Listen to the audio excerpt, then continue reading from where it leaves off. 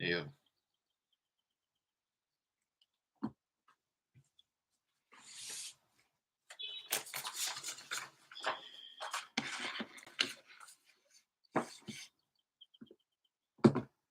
Yeah.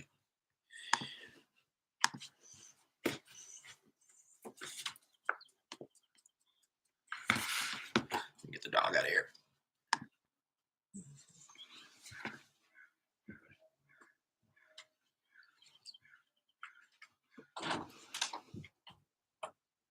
He's had his app 12.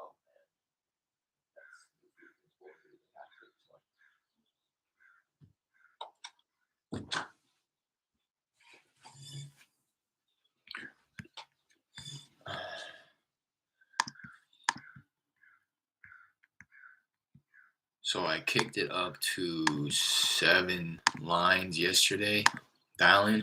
I think it was a little much. I had about a 30% abandon rate, which is not too like out of the ordinary, but I'd like to get it closer to like 20%, if not lower than that. So I'm gonna drop it down to six lines, and I'm gonna call through that same campaign, which is my Driving for Dollars campaign. I'm gonna hop into it right now.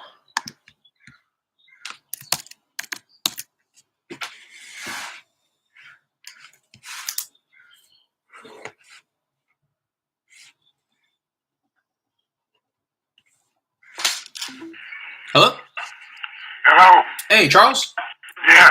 Charles, how's it going? This is Derek. Hey, Who? this is Derek. Hey, I know this is a bit random, but I was calling about a property I believe you own on Conklin Street. It's not for sale, man. You have a good day. You as well.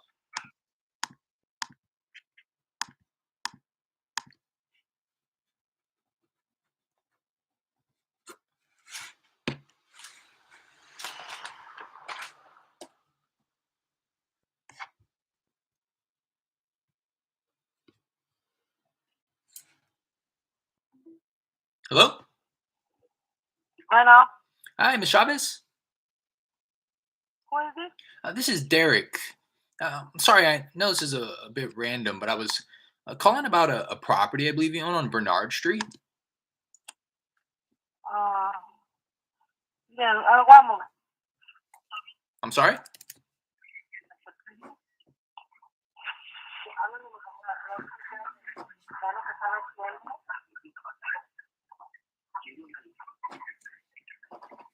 Hello? Hi there. This is Derek. Am I speaking with Mr. Chavez? Uh-huh. Hey there. I was giving you a call about a property I believe you own on Bernard Street and just wanted to connect to see if you'd ever consider an offer on your property there. It's not for sale right now. Okay. You think you may be interested in the near future? Maybe. I think, one more year, maybe, yeah. Gotcha. Okay. Well, while I have you, would you happen to have any other property you may be interested in selling a little bit sooner than that?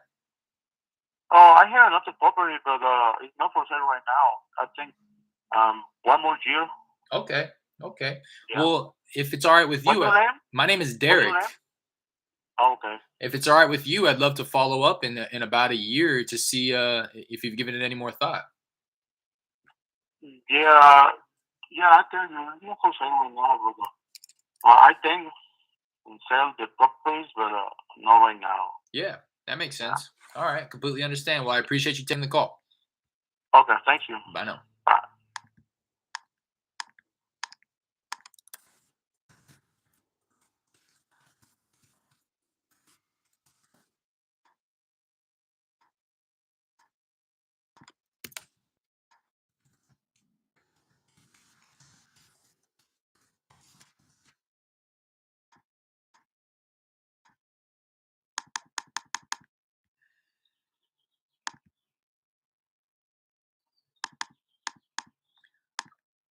I'm gonna follow up with him in 6 months.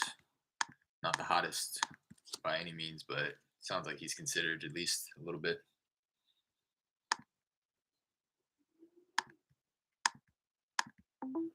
Hello? Yes, how can I Hey, help you? is this Clifton? need someone to speak Spanish? I'm sorry? I'm sorry. You said, is this the courts or you need someone to speak No, I'm Spanish? sorry. I was looking for Mr. Benson. Do I have the correct number here? No, this is the dispatch line for Precinct 4. Oh, I apologize. Okay.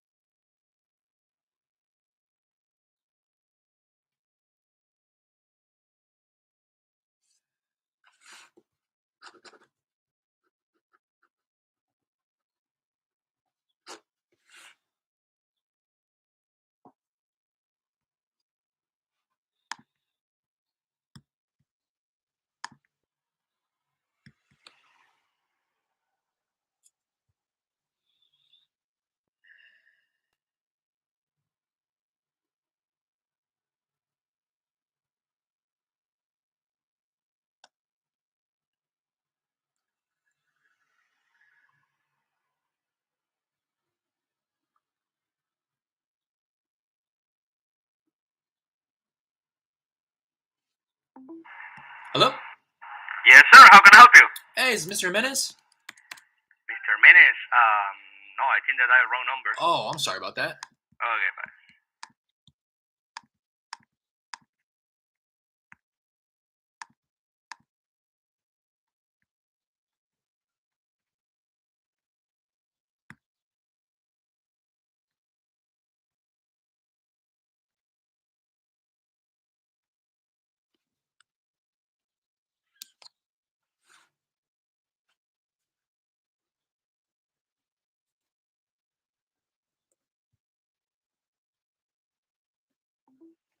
Hello? Bueno, Hi, is Miss De La Garza? ¿sí? Hi, how's it going? This is Derek. Uh, hey, no, this is a bit random, but I was giving you a call about a property I believe you own on Sadler Street. No. Oh, do I have the wrong number here? Just a moment. Dígame, señorita. Es que tengo a la otra persona en la línea. Entonces, ¿usted me va a ayudar? ¿Me espera en la línea? Perdone, señora, no entiendo. ¿Tiene que atender la llamada? ¿Puede seguir conmigo en la llamada? Sí, puedo seguir con usted, pero mientras usted va a buscar algo, dijo, voy a hablar con la otra persona a ver qué se le ofrece. Es que necesito que me verifique su información y hacerle algunas preguntas. Permítame. ¿Aló? Yes. You call me back, please, in 5 minutes? Sure. Okay, thank you. Mm-hmm.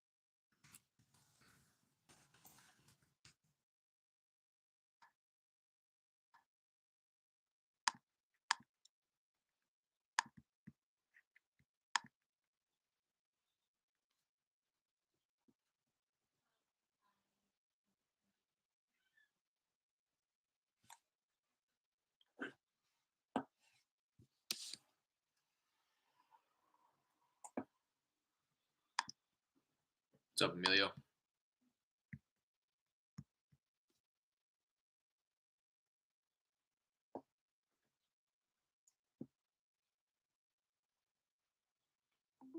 Hello?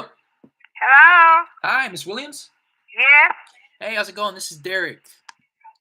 Hey, Yes? yeah, I know this is a bit random, but I was giving you a call about a property I believe you own on Paul Quinn Street. We're not interested. Thank you. Thank you.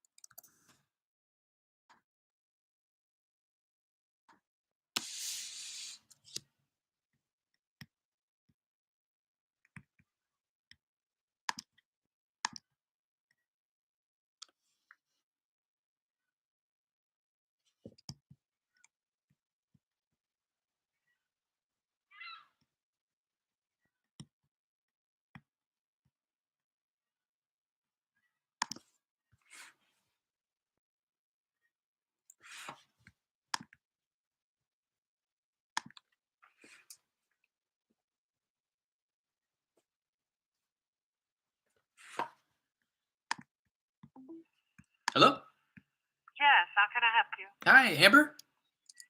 No, you have the wrong number. Oh, I'm sorry about that.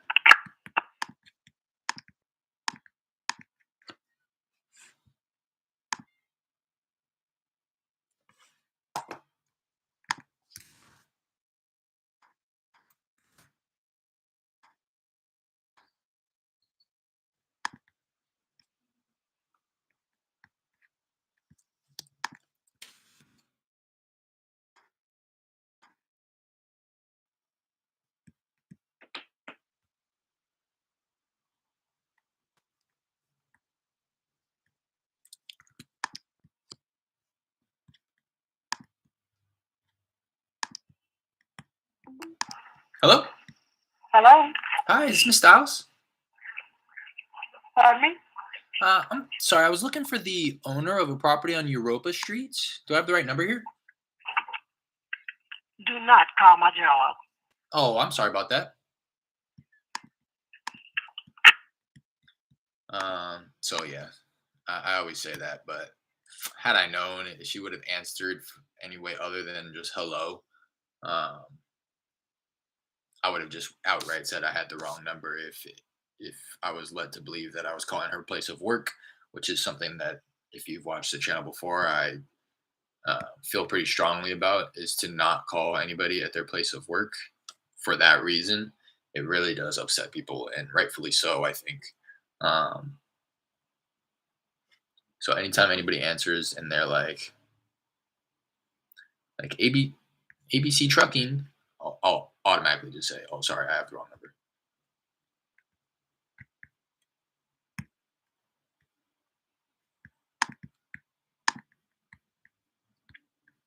Um, but in that case, she just said hello, and I went for it. And it sounds like it was her, but caught her at work.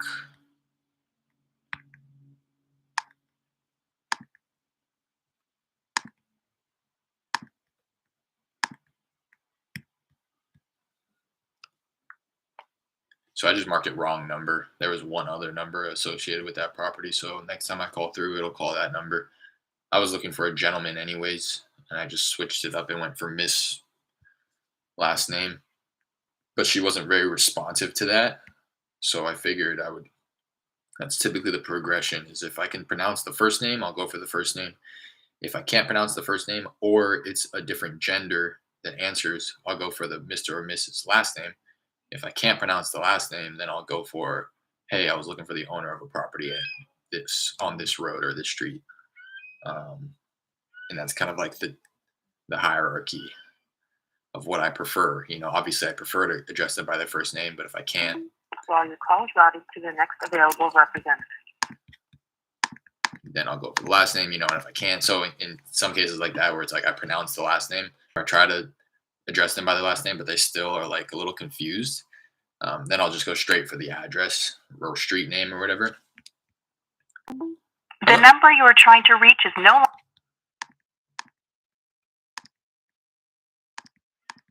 Uh, because like to me at least, if somebody were to say my last name, even if they like didn't pronounce it very well,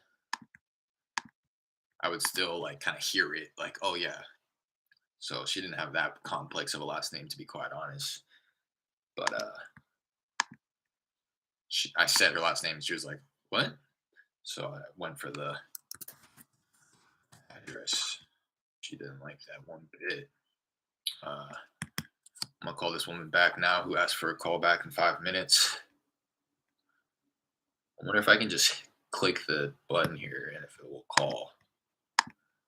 Doesn't look like it will. Um,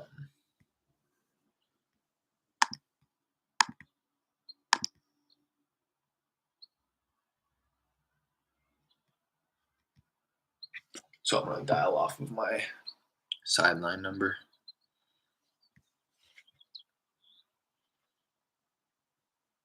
I don't even know if I had the right person, but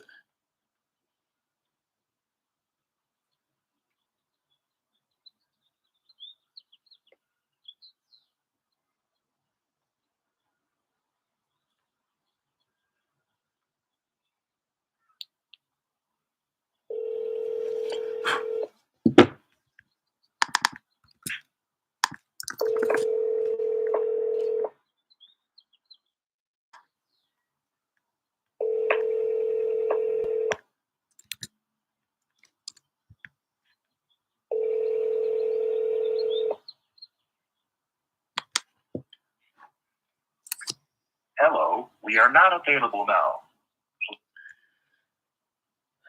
Make sure I have the number correct. Looks like I do. A double tap her.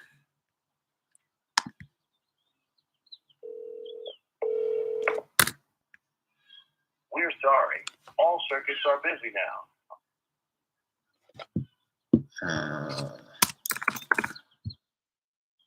One more time. When I get that, it typically doesn't mean that she hung up or anything like that. It just means that it didn't even register that I called outbound right there. Since I'm using sideline, it's like there's some connectivity issues every once in a while, and that's what it will say when there is that type of an issue.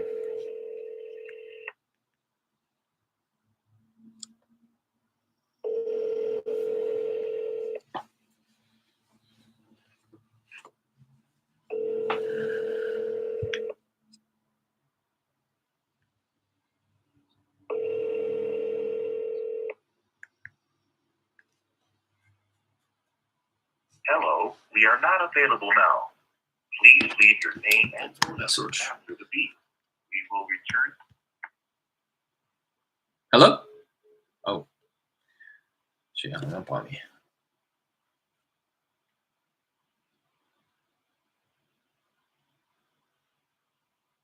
I think. Maybe she was trying to answer the phone. What do you think? Do I call her for the third time or just allow her to call me back if that's what she wants to do? I've already sent myself a follow-up to follow up with her tomorrow if I was unable to get a hold of her right now.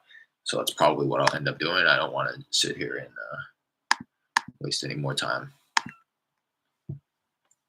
Just going to go ahead and move on.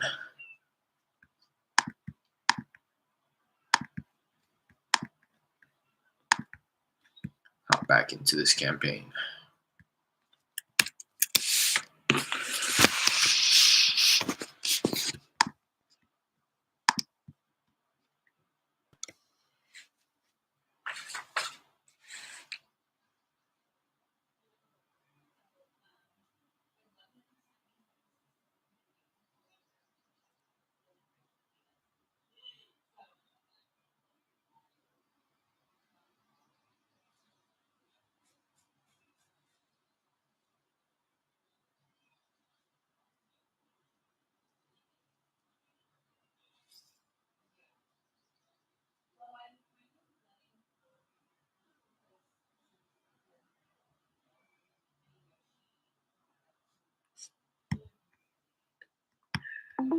Hello? Hello? Hey, Bobby? Yeah. Bobby, how's it going? This is Derek. Hey, no, this is Derek. I know this is a bit random here, but I was giving you a call about a property I believe you own on Glen Avenue. I'm not available. I'm not selling anything. Thank you. I appreciate it. All right, thank you. Mm-hmm.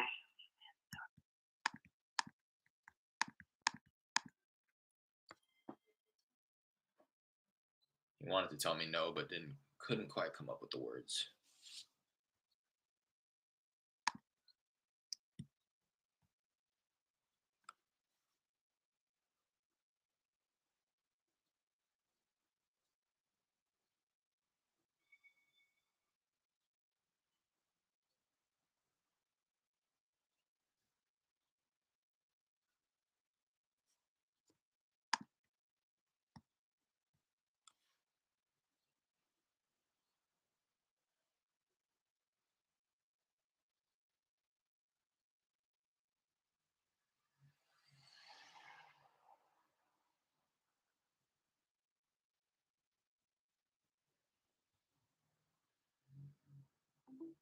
Hello?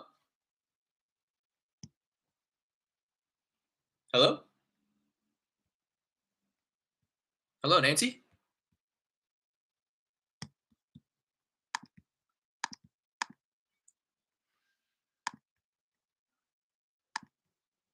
Yo, it's so hot in here. It's either freezing or burning up in this room.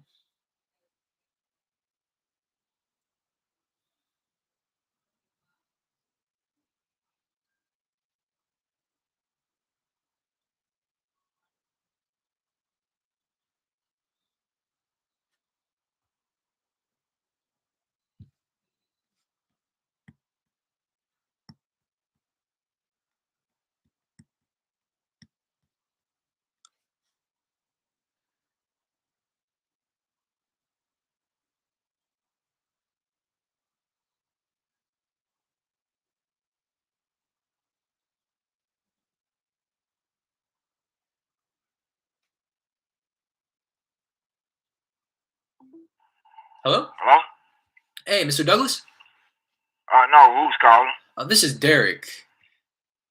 Yeah, what you need? Yeah, I was looking to get a hold of either Mr. or Miss Douglas, and I wanted to. No, she deceased. Oh, okay. I'm sorry. Yeah, I was looking to get a hold of the owner of the property on Wilberforce Street. This property is not for sale. Okay, completely understand. I appreciate you taking the call. All right. Don't know who he was or his relation, but I'm just gonna go ahead and take his word for it. He seemed pretty sure.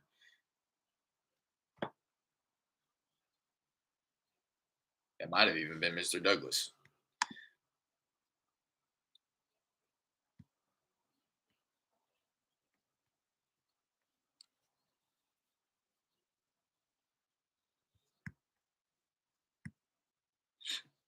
Hmm.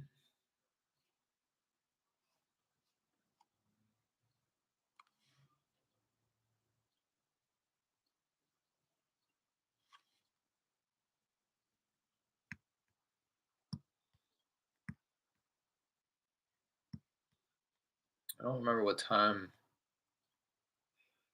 I sent off the text yesterday, but I'm waiting for the new round of them to go out today on the autopilot, if you will, the automation. Kind of jumping back and forth between the dialer and my REI reply, my texting platform, waiting for those to go off. I'm going to try to manage them at the same time. I have a new goal for myself. If you read the description of the video, I don't know if I actually put it in there, but 20 contacts minimum is what I'm trying to do every day, Monday through Friday, 100 contacts a week, 400 a month. At that rate, Leave your name and phone number. pretty confident I should be able to squeeze out one deal a month on 400 contacts. Hello? Hello?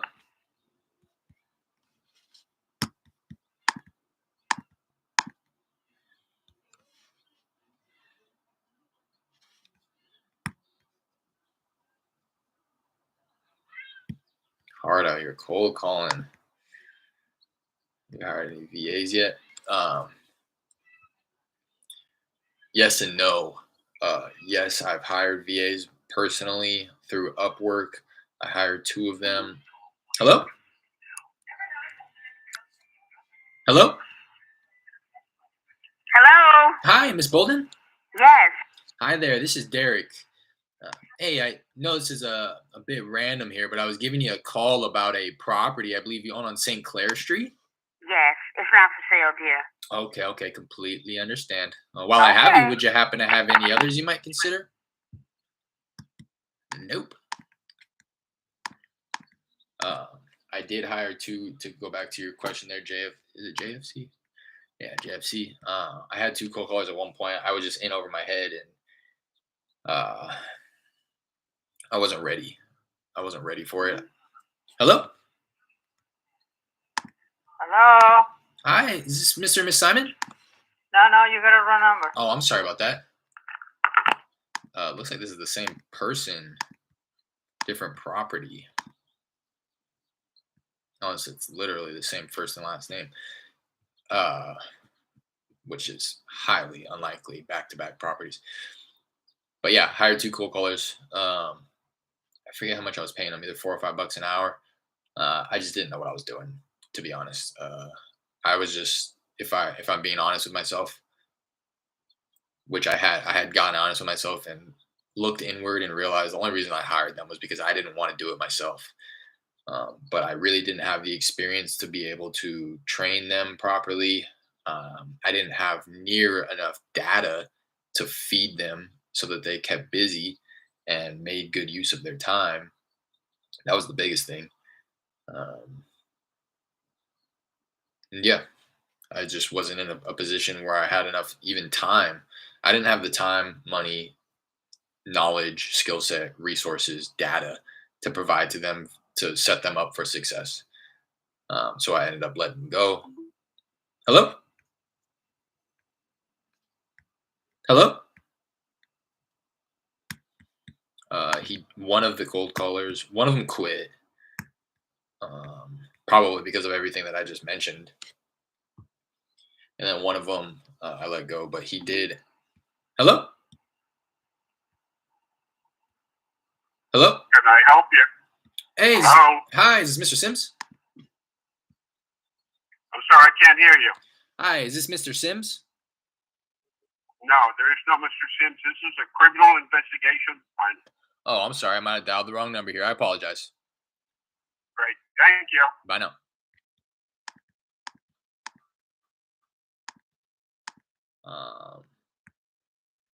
Got it, man. It's all learning. Please leave your name and Yeah. number, and I will. For sure, learning experience. It was a good experience for me, I think. Now I know how I want to approach it when I do go to hire a VA to cold call officially. Now I kind of know where I need to be in terms of benchmarks, like how much data I need to be feeding them based off of how many hours I want them to be working.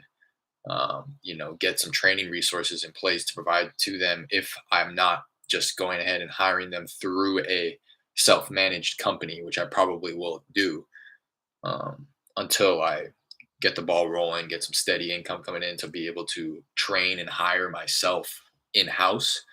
I will likely hire VAs that are with a self-managed company for quality control and all that good stuff, training purposes.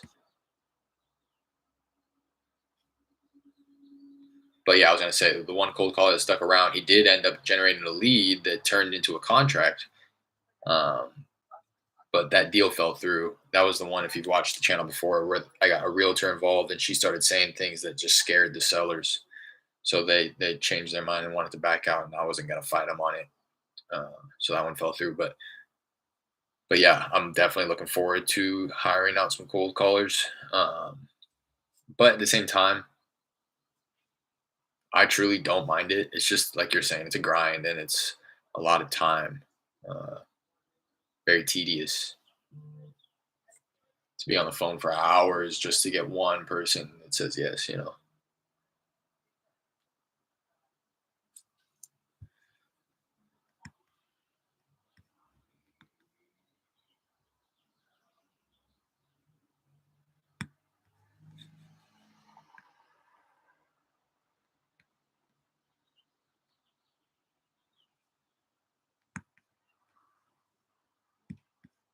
But yeah, to your point, I'm kind of glad that I did that and went through that because now I know what not to do.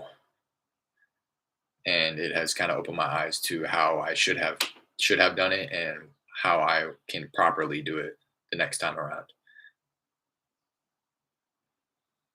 If you don't earn, you learn.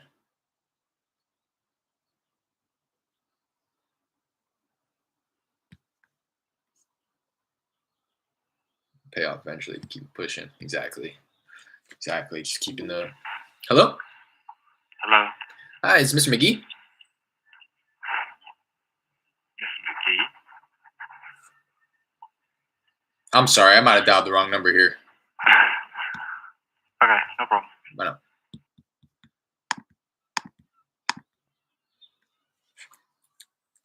Keeping the vision in my head where I see this thing going.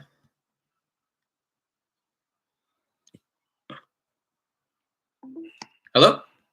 Hello? Hi, is this Miss Saucedo? No, it is not. Oh, I'm sorry. I might have dialed the wrong number here. I apologize. That's okay. I know. Bye-bye.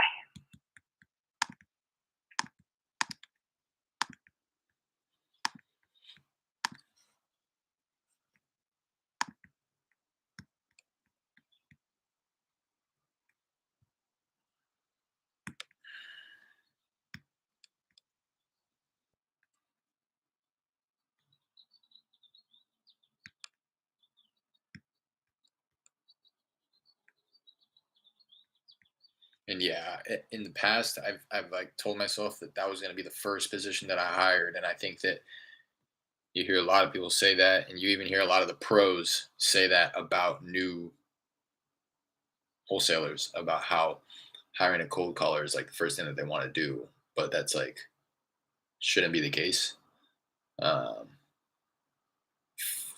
Primarily for all the reasons that I said. If you don't have the data, the training resources, the time to spend with them, and the money to pay them. Hello? for your call. then you really have no business hiring anybody, especially if you don't have the money, you know. But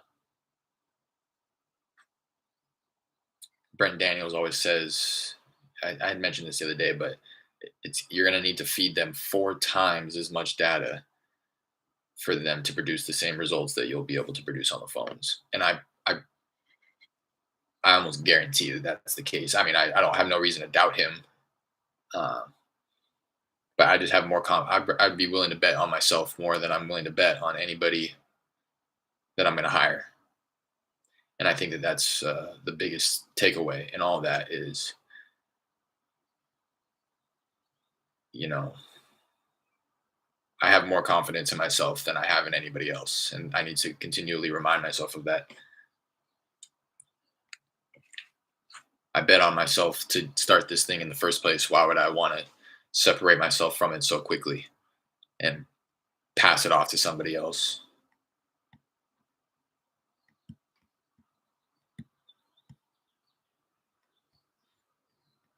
You know, when it comes to like certain, that's why I've said I think the first couple hires that I'm going to do is just going to be like monotonous type time consuming tasks, like virtually driving for dollars. That's kind of my bread and butter, but I need to spend like an hour or 2 a day to generate a big enough list for it to make it worth my time.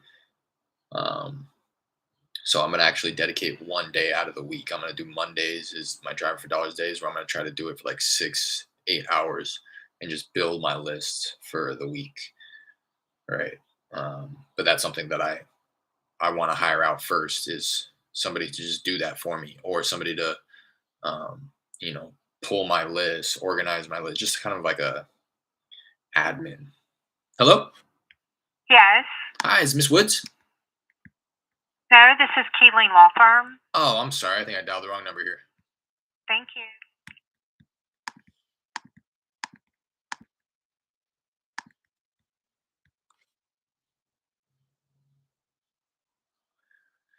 Even like dispositions, as long as I have put in enough time and energy to build out the buyers list, when it hello?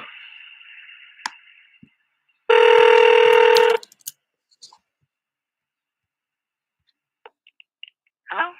Hi, Mary. I'm sorry, wrong number. Oh, I'm sorry. If I've spent enough time and energy and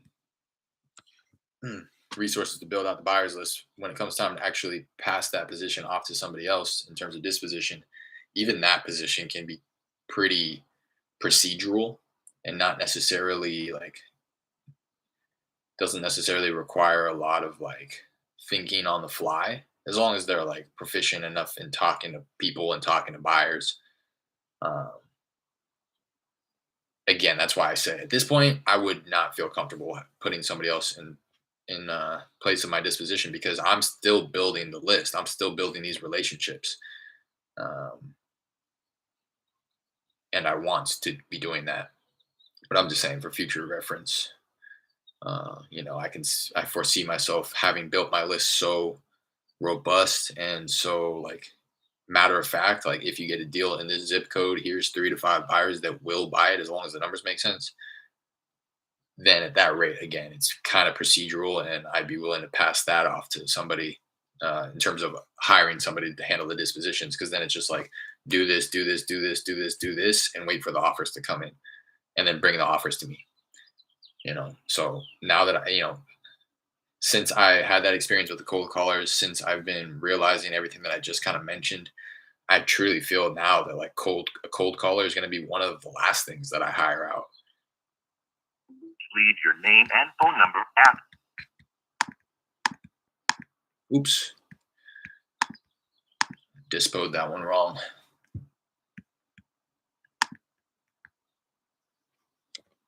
I wonder if I can go in and change that.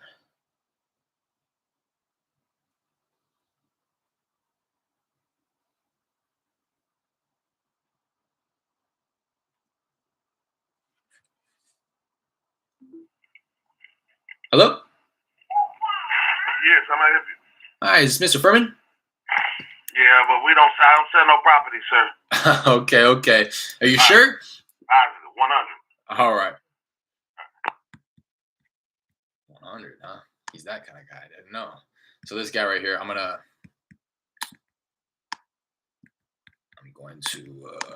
pause it real quick.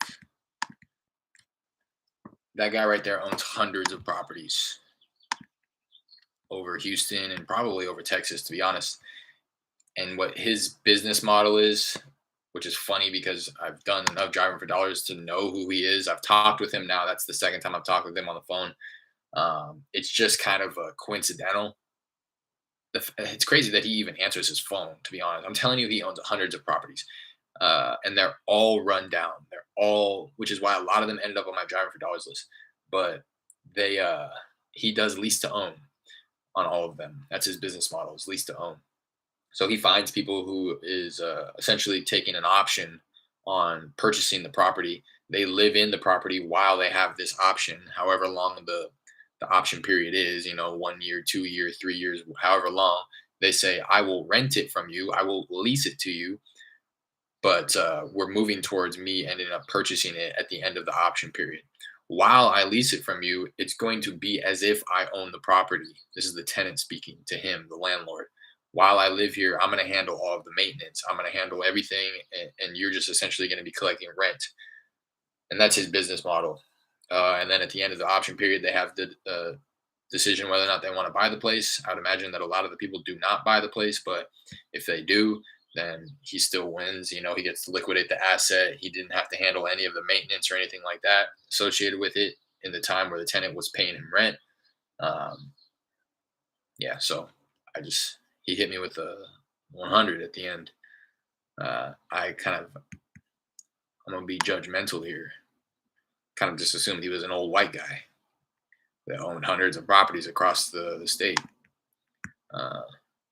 That didn't sound like an old white guy to me, but anyways, that's not my place to.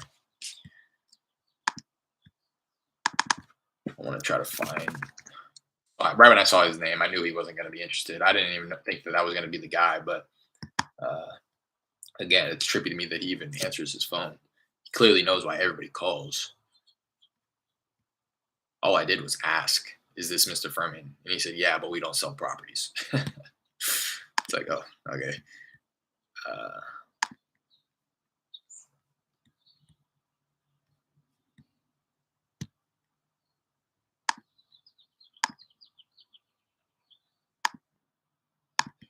This one.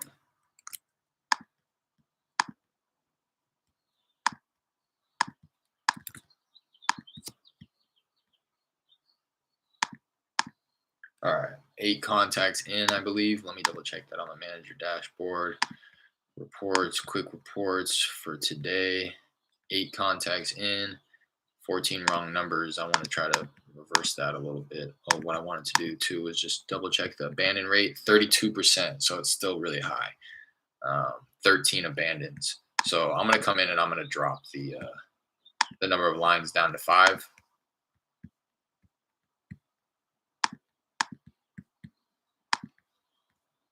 Use the restroom real quick. Be back. Hop back on the dialer.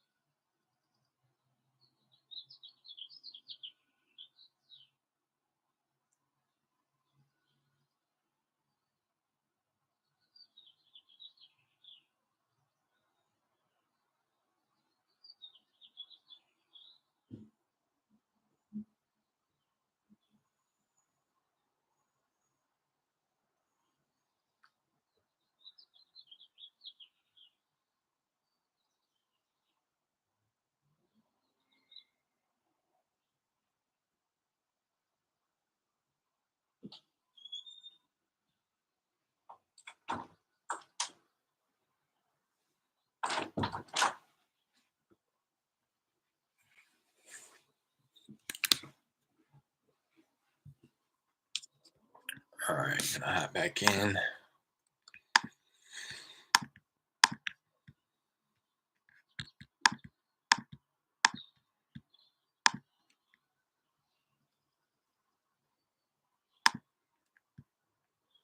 How many lines do you normally dial, Jay Will? Tend to keep it low if I just got fresh data in there, like 3 or 4. And then if I've dialed through the campaign a few times already, I'll increase it to 4 or 5. Just yesterday, I tried dialing off of 7 for the first time. Hello? Hello. Hi, Miss Gamble. How you doing? I'm doing well. How about yourself? Okay. Yeah, this is Derek. No, this is a bit random. Wait a minute. You who? My name is Derek. I know this is a bit random, but I was giving you a call about a property. Something wrong with my phone. I can't hear good. What is this pertaining to? Yeah, I was giving you a call about a property I believe you own on Wilberforce Street. No, it's not for sale. Okay, completely understand. Okay, then thank you. Thank you. I tried dialing off of 7 for the first time yesterday. The abandon rate is just a little high for my liking. The abandon rate being the amount of people that I've missed out on talking to because I was on the line with somebody else.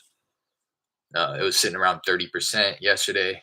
I dropped it down to 6 lines just now for like that first 30 minutes of dialing that I just did. It was at like 32%, right around the same abandon rate, pretty much about 30%. So I dropped it down to 6. See if it's just all a balancing act. Yeah, the abandon rate was 30%, but I probably connected with 30% more people that I would have if I had been dialing off of less numbers or less lines. I got 8 contacts in probably about 20, 25 minutes. So pretty strong, depending, especially given that this is definitely not the first time I've called through these properties.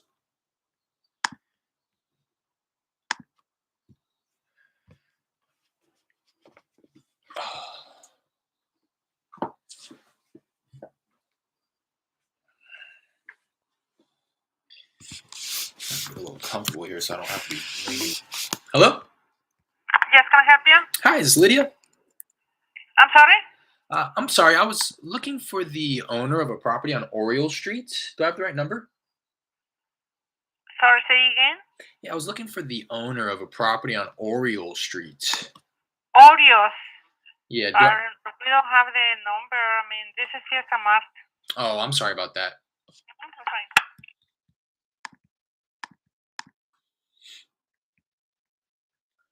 So I'm trying to get myself positioned a little bit. I feel like that happens when that happens quite often where people can't hear me. So I'm always leaning into my computer every time somebody answers the phone. Oh, I just saw you ask something else, Jay. Well, you ever have long wait times? Yeah, of course. Of course. If it's like too long, then I mean, if you dial enough, you'll know. You'll kind of have a sixth sense about it. You know, you'll think to yourself, "Man, it's been a while since I got somebody on the phone."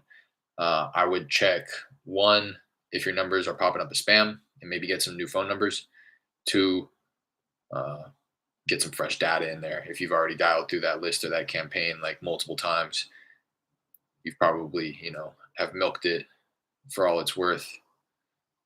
If you're sitting on the phone for anything beyond honestly like 5 minutes.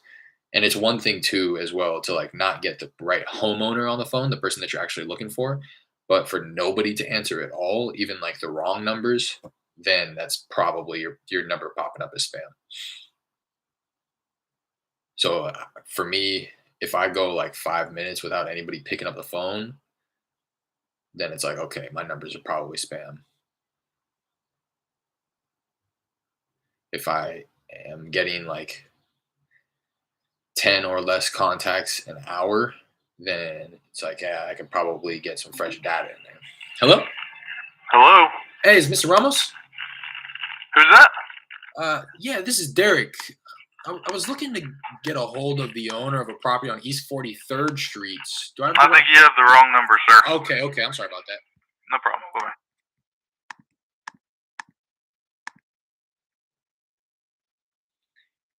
EJK all the way. What up, EJ? EJK. Appreciate you hopping in here. I think this is the first time I've seen you comment, so welcome. What percentage of numbers would you say are accurate and get the owner? 10 to 20%. Hello? I'm sorry. Good afternoon, Air Power. Hi, I'm sorry. I think I dialed the wrong number here. Okay, thank you. 10 to 20%.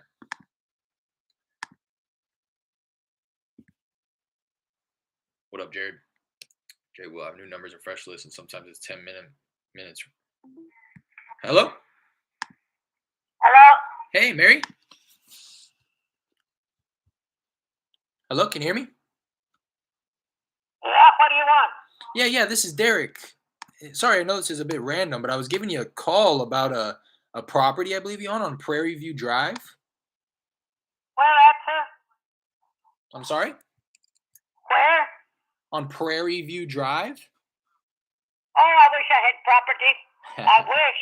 I had property about 50 years ago. I'm in a nursing home. Oh, okay. I might have dialed the wrong number here. I apologize. Have a good one. You too.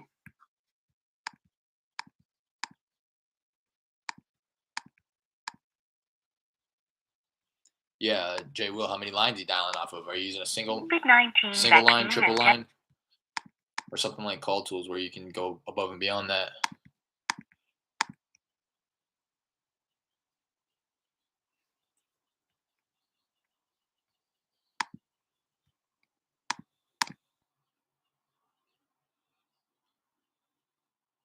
And sometimes it's hello? Hey, Hey, Carlos? ¿quién habla? This is Derek. Hey, sorry, I know this is a bit random, but I was giving you a call about a property I believe you own on Cornell Street. Hello?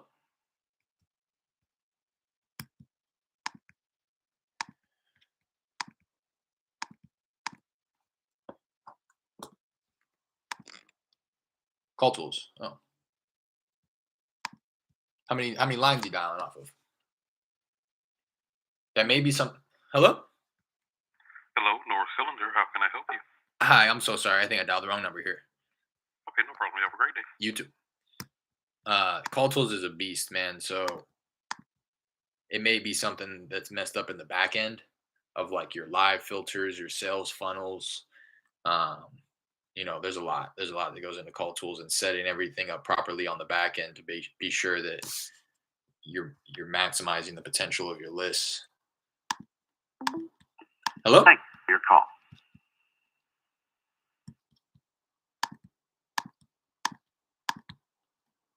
Two or three. Yeah, I mean, if it's the first time you're dialing through the list, you shouldn't be going 10 minutes without getting somebody on the phone. I would DM me, Jay Will. Hit me up on either Instagram or Discord. I'd like to try to diagnose that for you. Figure out what is set up. Leave your name and phone number. How everything's set up on the back end for you. Because like I said, I know call tools is a beast, and if one thing's messed up in the back end, it can throw off the whole funnel, the whole like process.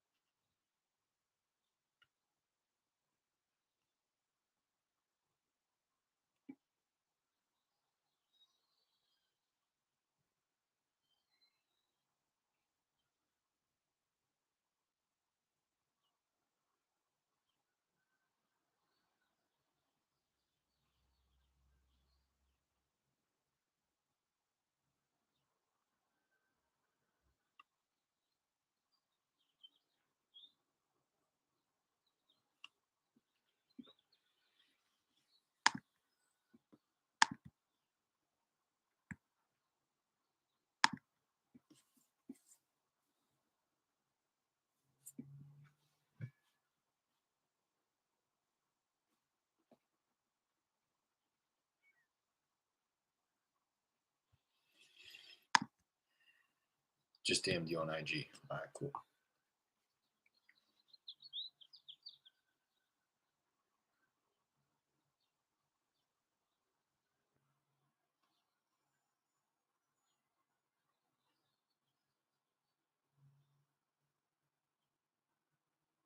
All right, I got you.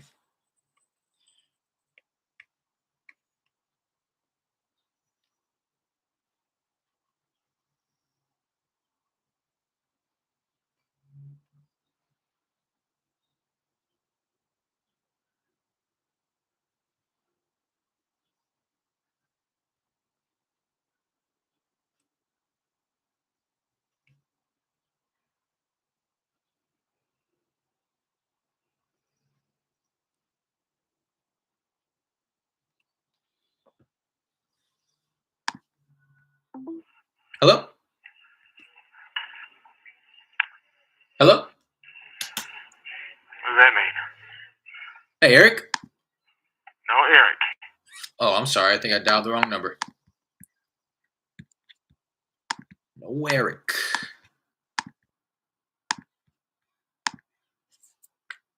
Just DM'd you back, Jay Will.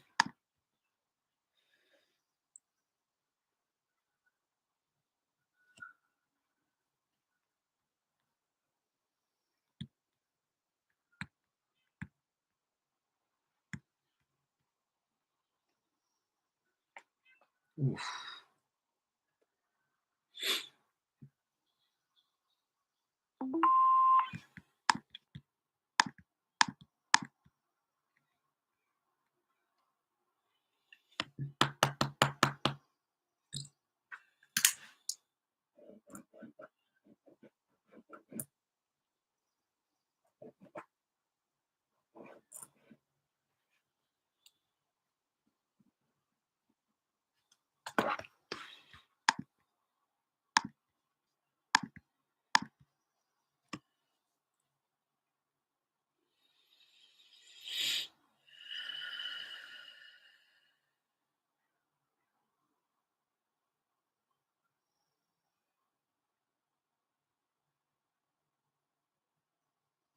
Leave your name and phone number after.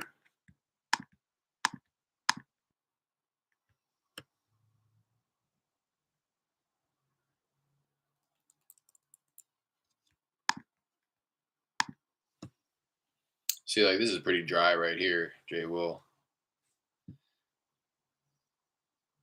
Not going too crazy.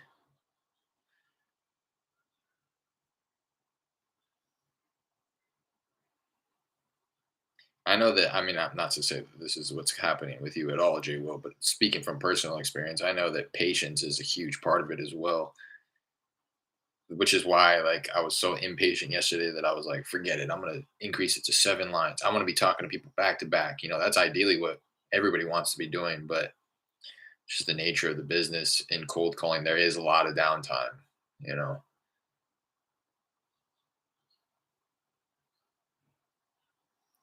And it's like also kind of the like law of averages, which is why consistency is most important. Is because if you called for 1 hour, you may get 5 people on the phone, but then the next hour you get 20 people on the phone. So now your what average is like 12 and a half per hour, which is like pretty average. You know what I mean? Uh, but just know that there's going to be times where you call where your contact rate's super low, but then sometimes I'll hop on the dial and it's just kind of luck has a lot to do with it. You know, uh, it's like, you hear that, I forget the quote, but it's like the harder you work, the luckier you get. So the longer you sit on the dialer, 713-697. the higher the likelihood of you getting a hold of somebody. But again, not to say that that's what's going on with you, but just kind of thinking out loud. There's just so many variables at play here that um, just sitting on the dialer for hours could potentially offset some of those variables that are preventing you from getting high contact rates.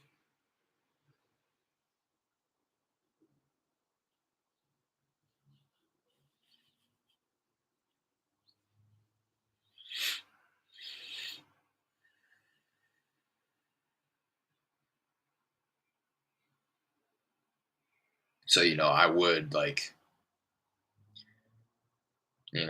with what I said earlier, if 10 minutes goes by and you still haven't got anybody on the phone, I would still like test things out in like 30-minute intervals, just because you could have had an unlucky 10 minutes where nobody answered the phone.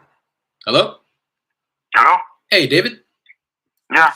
David, how's it going? This is Derek. Hey, I know this is Derek. I know this is a bit random, but I was giving you a call about a property I believe you own on East 37th Street. Uh-huh. Yeah, I just wanted to reach out real quick and wanted to see if you'd ever consider an offer on your property there. You ever What considered house? on East 37th Street? Oh. You ever consider selling? No, not right now. No, okay. Completely understand. You think you may be interested in the future at all? Maybe. Maybe in the future. Okay. While I have you, would you happen to have any other property you might consider selling at the moment? No. No. Okay. All right. Well, I appreciate you taking the call. Uh-huh. Bye now. Okay.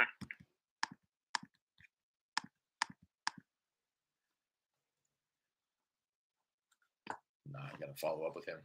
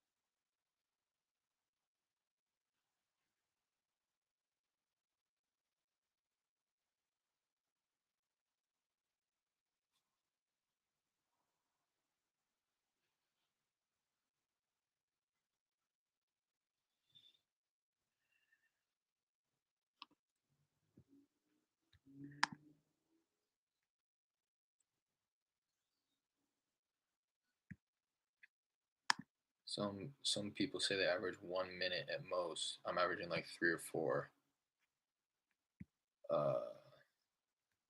Three, 3 or 4. What are you referring to? Like minutes in between calls, or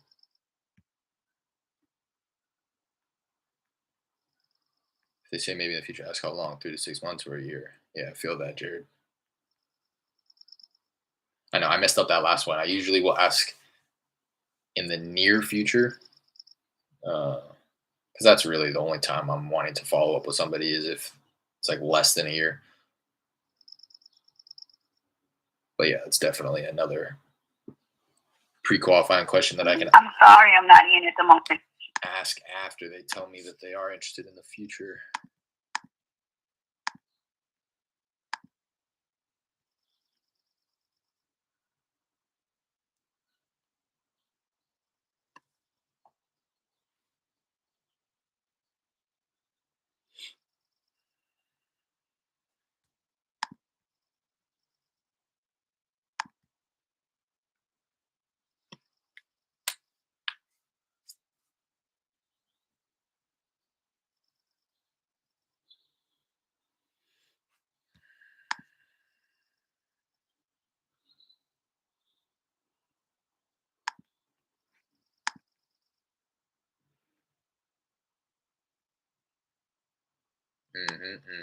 Feel that, Jared. That's something I thought about the other day. I have a script here, but it's really not like a script. It's more so just like a framework to remind myself of what questions to ask and in which order I want to ask them.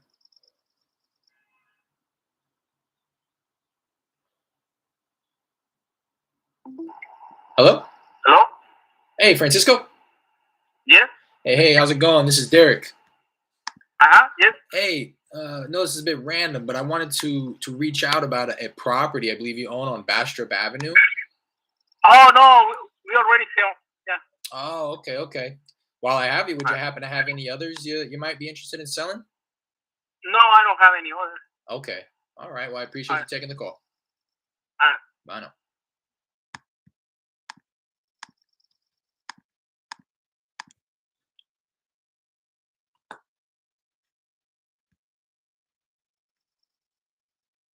What I'm still curious, Jay Will, what you're referring to there. 1 minute versus the 3 or 4 that you're seeing.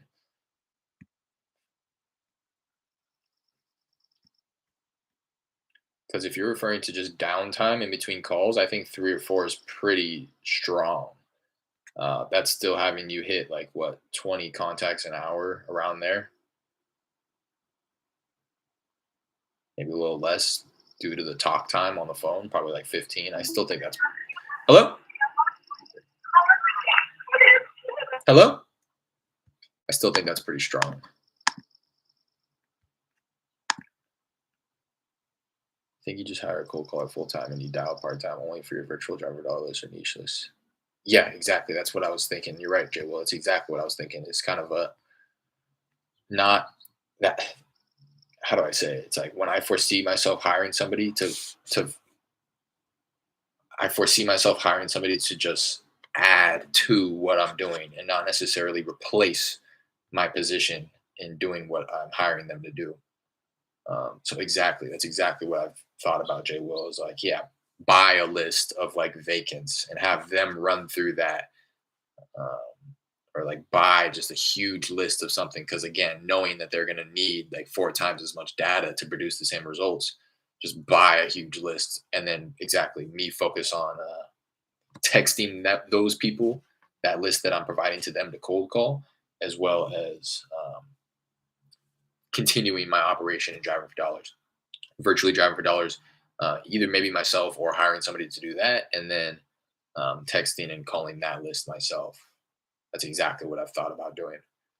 Or maybe even vice versa, buying a huge list and having somebody hire somebody as a texter so that they can text through that list so that I'm just calling all day.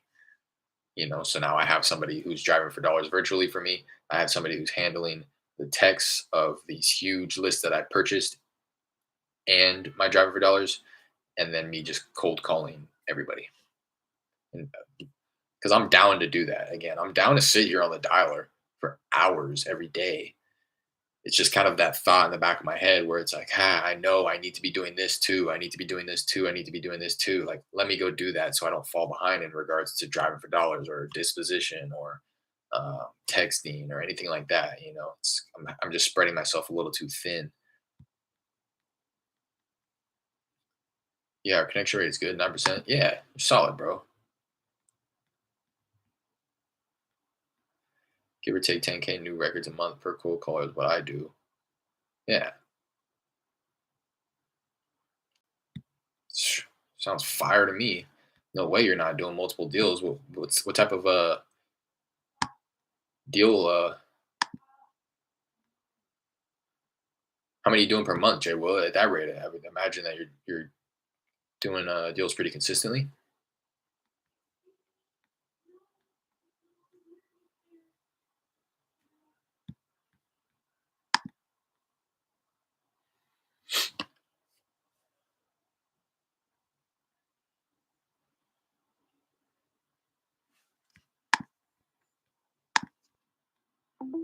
Hello. Hello? Hey, Pauline. Uh-huh. Hey, how's it going? This is Derek. I'm sorry. Yeah. No, this is a bit random, but I was giving you a call about a property I believe you own on South Victory Drive. Oh, that property is sold. Oh, okay.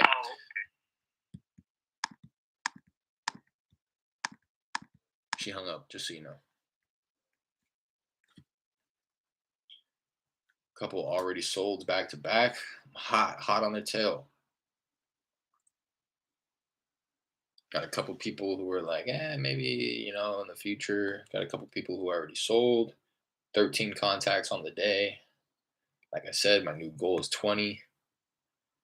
My new goal is 20 combined texting and cold calling. I'm just wanting to connect with at least 20 new homeowners every day, 100 a week, Monday through Friday, 400 a month, Monday through Friday being 4 weeks in the month.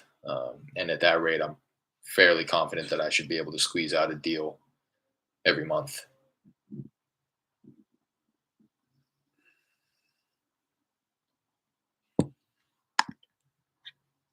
So 13 contacts on the dialer today. Like I said, I'm kind of waiting for these text messages to go out again. I imagine that I should be getting a couple more contacts through there. Today is the second day of the campaign through texting. The second day isn't the strongest day for me. The strongest days are the first and the third. They get texted on the first, second, and third, as well as a ringless voicemail on the first. So the first is the strongest because I get a lot of call backs. Because it appears as if they have a missed call and a voicemail from me with the ringless voicemail. And a lot of people will just text me right away, on the first text. And then the third text is asking them how much they want for the property. So a lot of people will give me an unreal number, but it's just kind of prompts them to at least give me a response so that I know, again, whether or not to continue spending money to follow up with these people or not.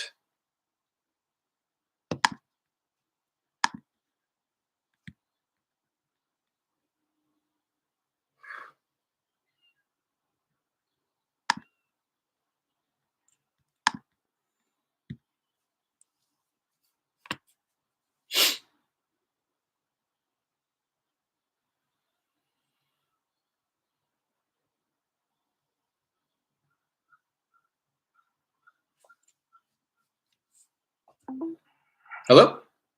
Hello? Hey, Edith. Who is this? This is Derek.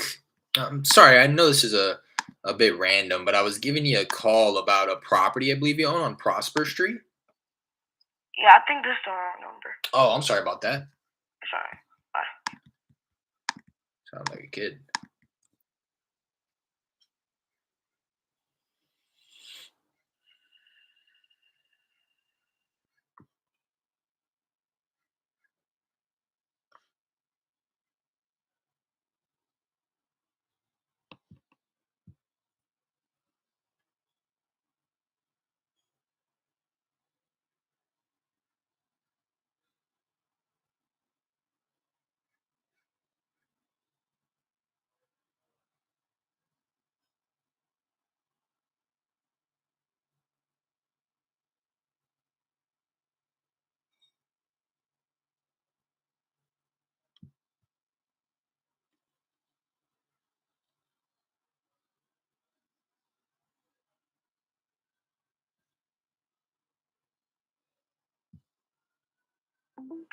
Hello?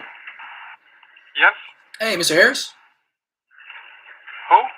I'm sorry, I was looking for the owner of a property on South Victory Drive. Do I have the right number here? No, you got the wrong number. I'm sorry about that. No problem. Bye.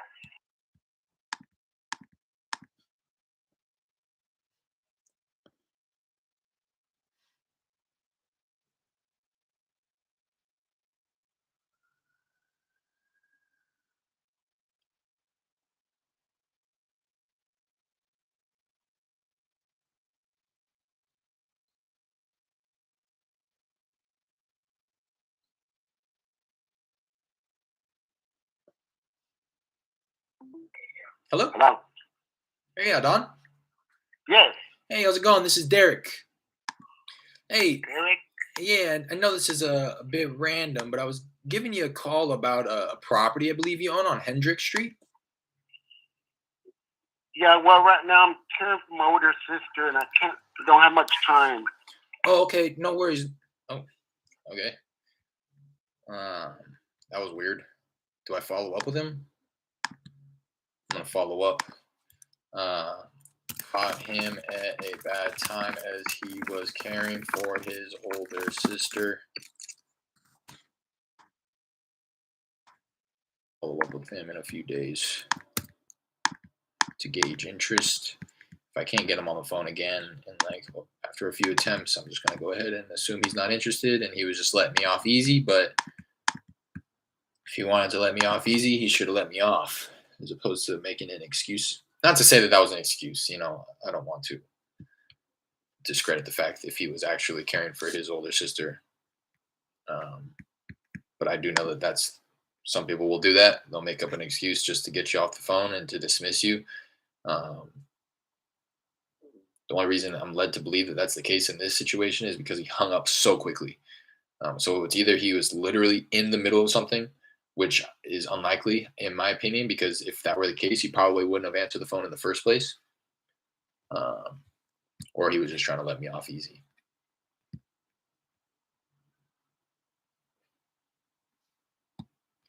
Jay Will with the mysterious comments.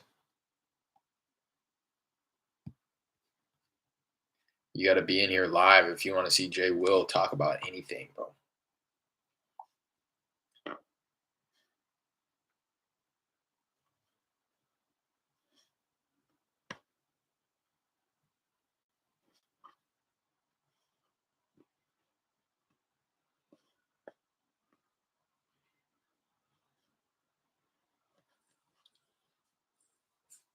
Again, thank you.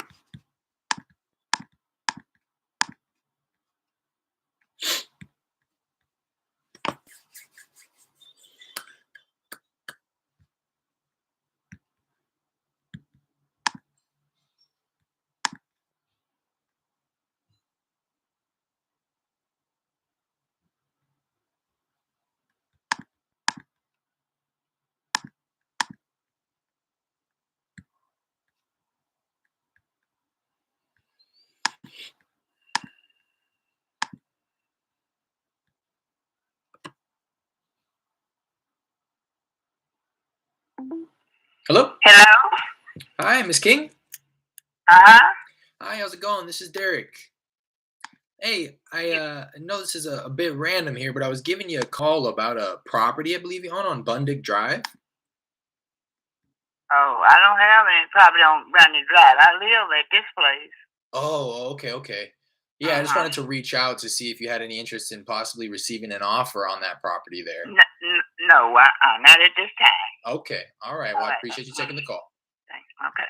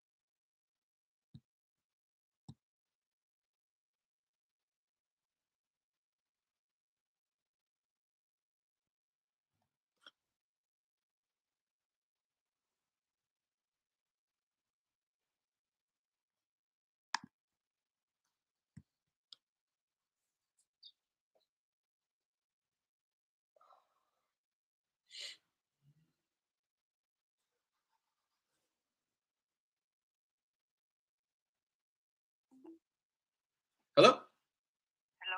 Hi, is this Miss Powell? Yeah? Hi, how's it going? This is Derek. Hey, I know this is a bit random here, but I was giving you a call about a property I believe you own on Lynn Circle. Property where? On Lynn Circle, out in Pasadena. Ah. We're not interested in any property. Oh, okay. Yeah, I just wanted to connect and wanted to see if you had any property for sale that you may be interested in receiving an offer on. No, I don't. No, okay. Completely understand. Well, I appreciate you taking the call.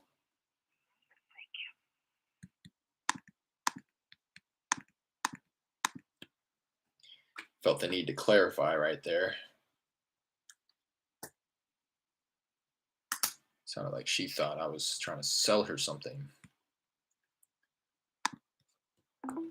Hello?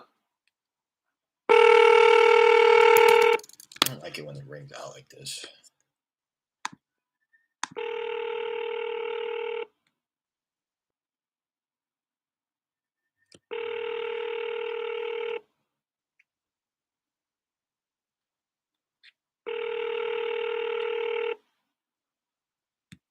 Typically, I'll hang up if it rings out like that.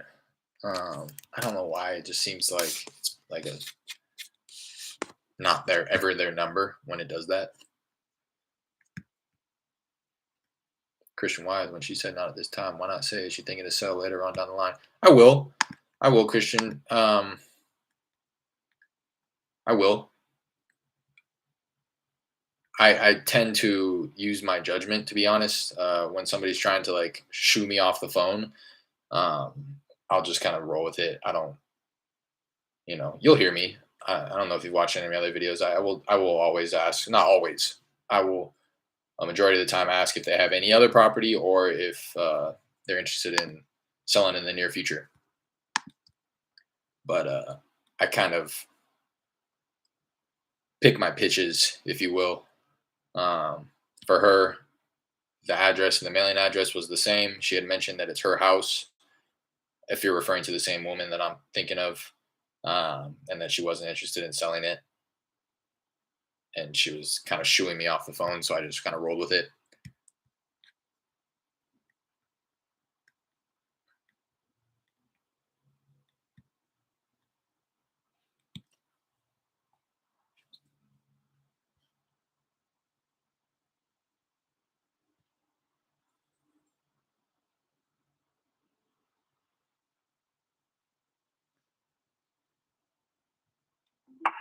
Hello? Yeah. Hey, Oscar. Yeah. Oscar, how's it going? This is Derek. Hey, I know this is Derek? this is Derek. No, this is a bit random here, but I was giving you a call about a property I believe you own over on Glen Burnie Drive.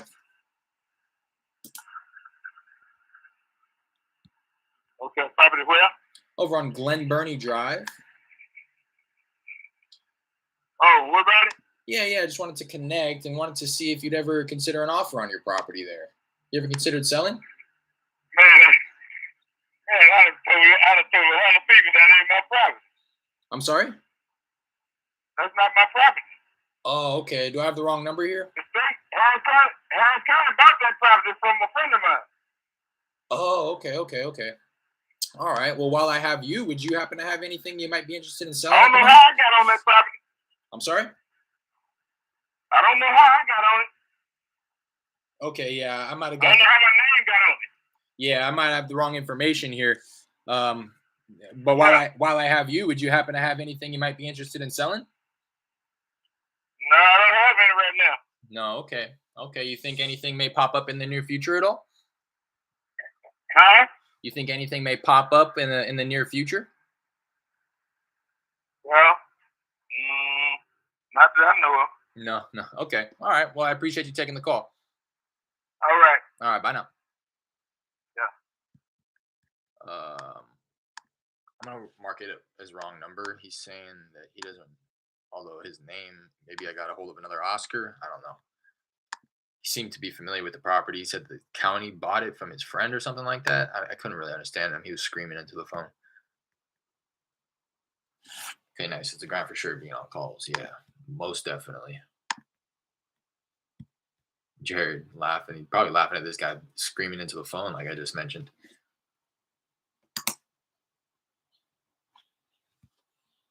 Did you just say something like a friend or something? Yeah, I couldn't really understand, to be honest. He was like the city or the Harris County, which is where the property I'd imagine is located out in Houston, bought it from his friend. I don't know. Let's pull it up in batch and see what it says.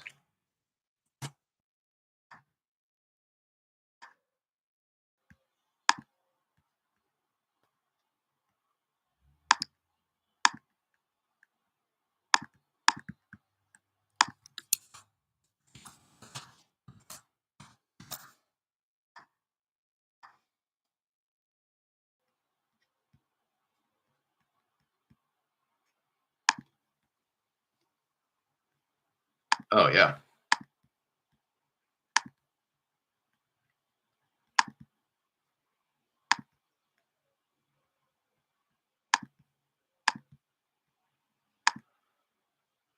I would have focused in on that, but he was all over the place. Yeah, I just pulled it up. Harris County Flood Control District owns the property. Sounds like I'm not familiar with how that works, but I do know now that this property is in a flood zone because it's where we have the contract for the other property, same zip code at least. So the Harris County Flood Control District now owns this property. Not sure how long they've owned the property.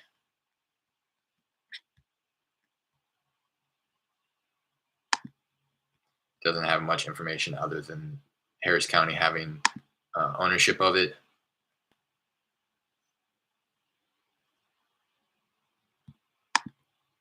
And that they own 4,334 other properties in and around Harris County, I'd imagine.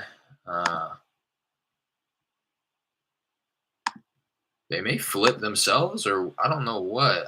I'd like to look into that because a lot of these properties that are underneath their owner profile have like were recently sold within recent years and have a bunch of pictures that is clear that the property was flipped. So they may just go in and do it themselves. Maybe if the property becomes so over flooded that the owner can no longer like maintain it, or you know what I mean. That's something that I'd like to look into. If anybody on here has any insight on that, I'd like to know. But I'm gonna look into the Harris County Flood Control District, and I'm gonna take note of this property so that I can remove it from my dialer for now.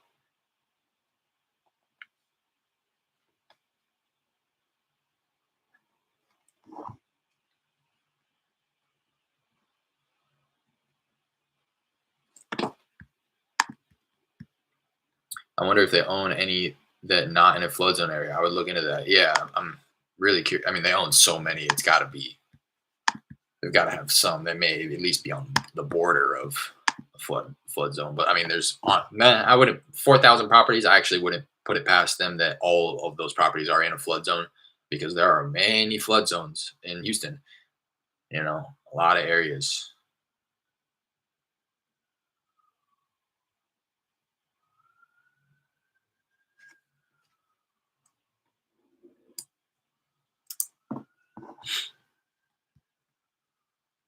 It must have been recent because I skip traced these properties within recent weeks, and the owner's first and last name is still attached to the property in my dialer and in my system. So I imagine that it probably happened pretty recently, the transfer of ownership. But I'm just unfamiliar. I have no idea.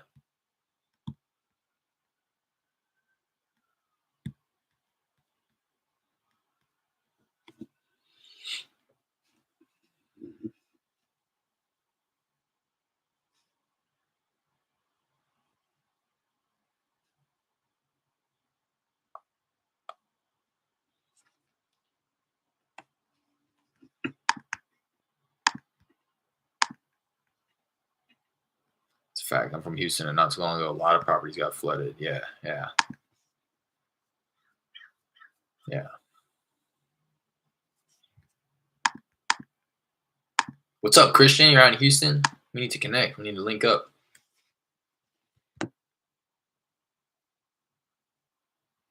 Sounds like you're wholesaling or been in the game. How long you been doing it? How many deals you do every month? How can I add value to what it is that you have going on?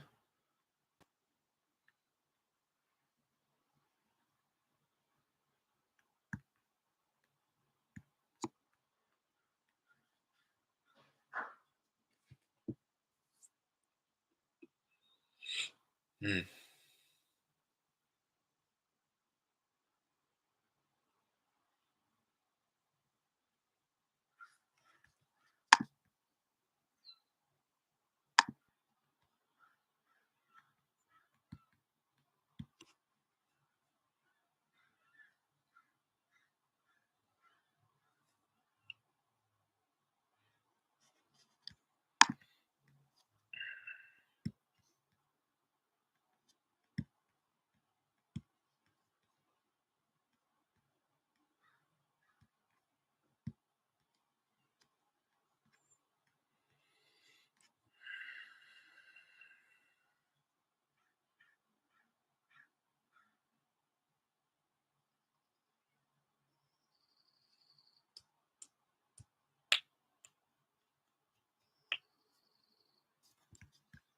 Dialing, what's going on?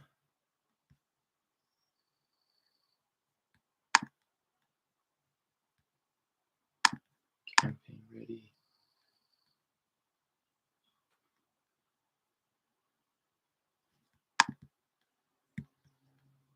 Yeah, there it goes. I feel like it froze up for a second.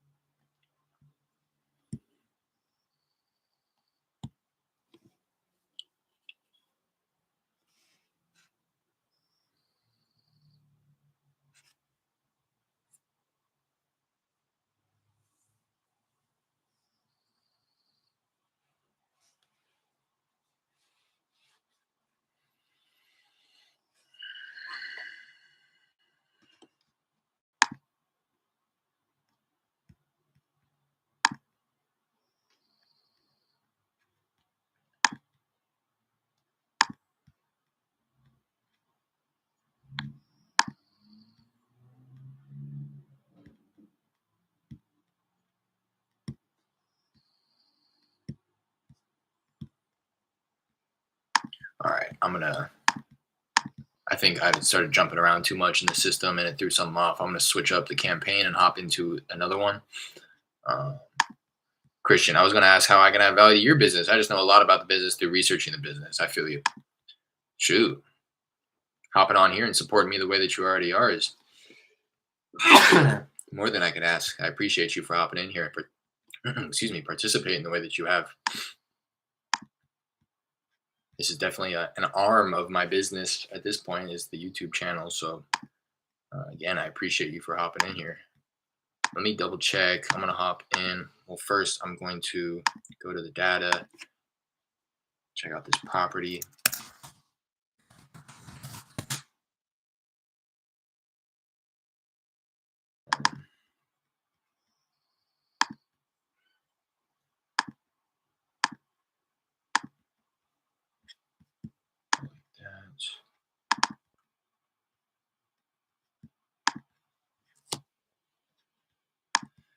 Come over to my campaigns. I'm going to see how many lines I'm dialing off of.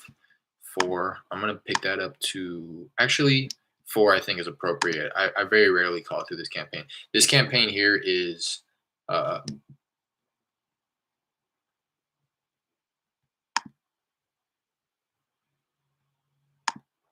campaign right here is anybody who went through my texting campaign and never replied, or for some reason their phone doesn't receive text. So this is my no SMS response campaign. So they'll go through a 20-day text campaign. If they don't reply, then they get added to a list, which is cold call, and then I'll bring that cold call list into my dialer. This is something that I've never seen before in call tools. It says campaign logs, description, contact failed, live filter requalification level warning. So what it's saying, I believe, is I tried to call them once, and then what happens is based off how I have my live filters set up in the back end or my sales funnel, whichever it is, they should get added back into the list because I never got a hold of them. But what it's saying, I believe, is that it failed to add them back into the list. I don't contact field suppressed until value change to March 22nd.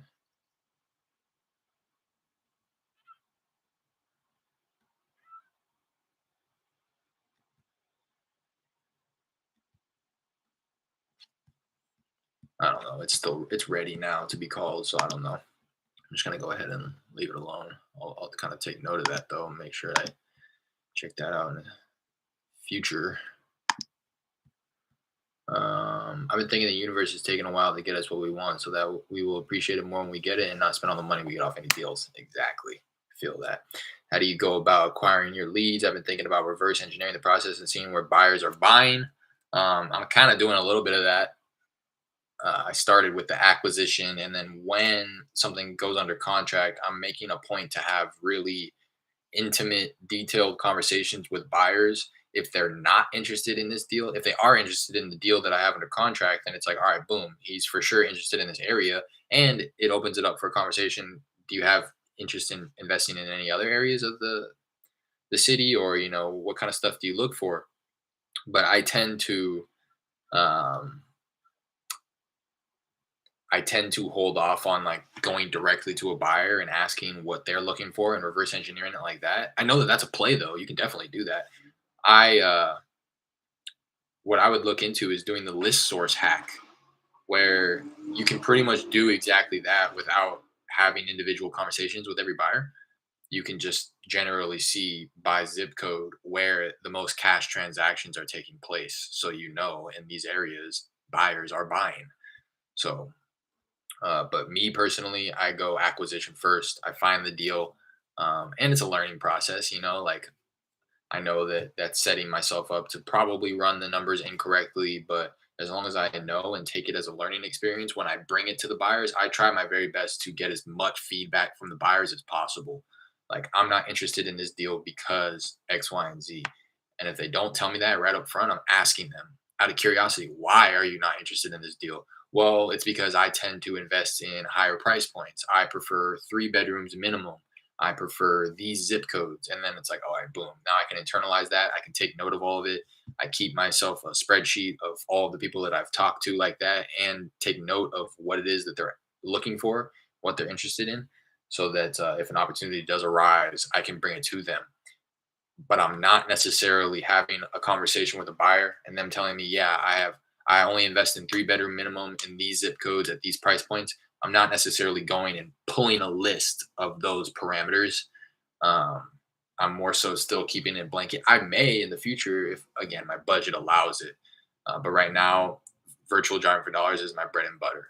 Like Brent Daniel says, ugly houses, big checks. I don't really have the luxury to be able to curate my marketing like that, or tailor it to a set specific number of buyers. But at the same rate, I'm not just driving anywhere. I'm driving in the pockets where I feel again that there's a lot of cash transactions taking place. So I know that there should be a buyer wanting to hop on it if the numbers make sense. Yeah, that's what I'm doing right now. List source, the hot zip codes. Yep, exactly. So I will pull lists with those zip codes, and then drive for dollars in favorable areas. I need to go get a glass of water. 1 second.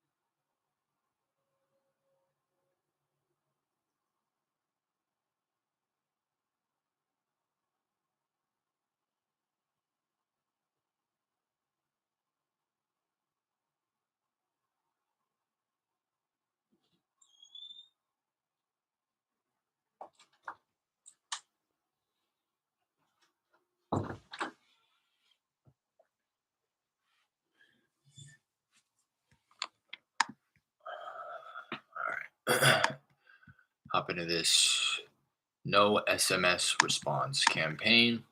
This one's not going to be as like, I mean, I'm not even going to say that. Somebody's going to be in here that needs my help for sure.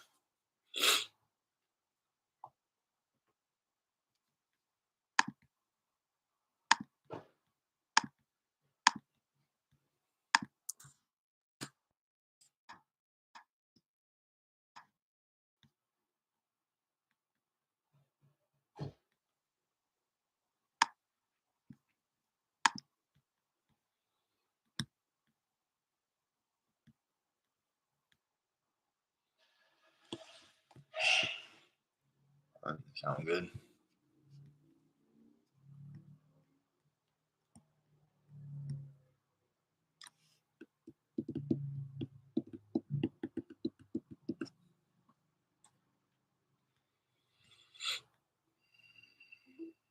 Hello?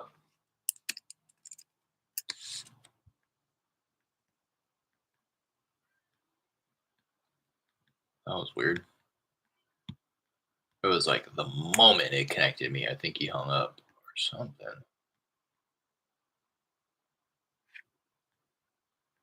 That was really bizarre.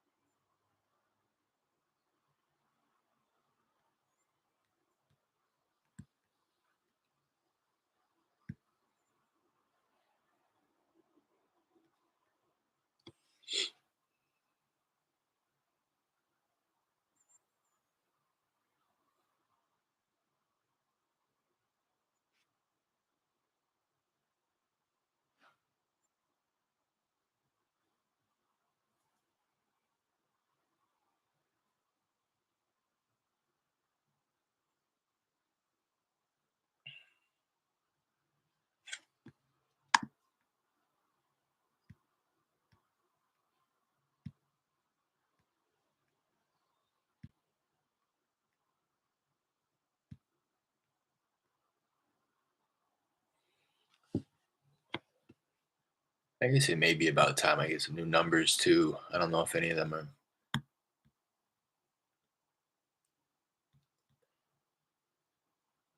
are popping up as spam. Although it doesn't really even look like it's dialing through like that.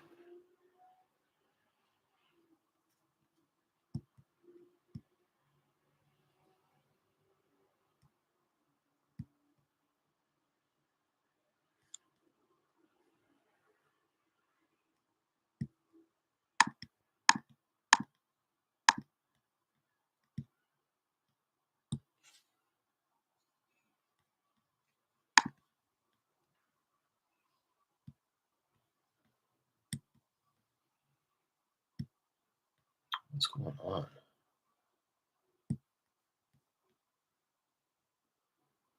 Hello? Hi, Miss Ortega. No. Oh, I'm sorry. I might have the wrong number here. I was looking to get a hold of the owner of a property on East Pauline Street. Oh, you have the wrong number. I'm sorry about that.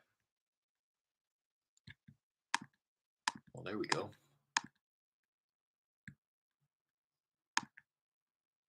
You ever used Deal Machine? Yes, I have in the past. Been using that feature for driving for dollars. Has a Google extension. I have such a hard time saying that word, extension, where it shows who owns it and adds it into an Excel sheet for when it's ready to get skipped. Yeah. Hello? Yeah. Hey, Pedro. Yeah. Pedro, how's it going? This is Derek. Hey, I know this is a bit random, but I wanted to connect about a property I believe you own over on Sherwood Drive. You see sign for sale? I'm sorry? You see sign for sale? No, I didn't. That's why I wanted to reach out Okay, to why you make call me? All right. Well, I appreciate your time.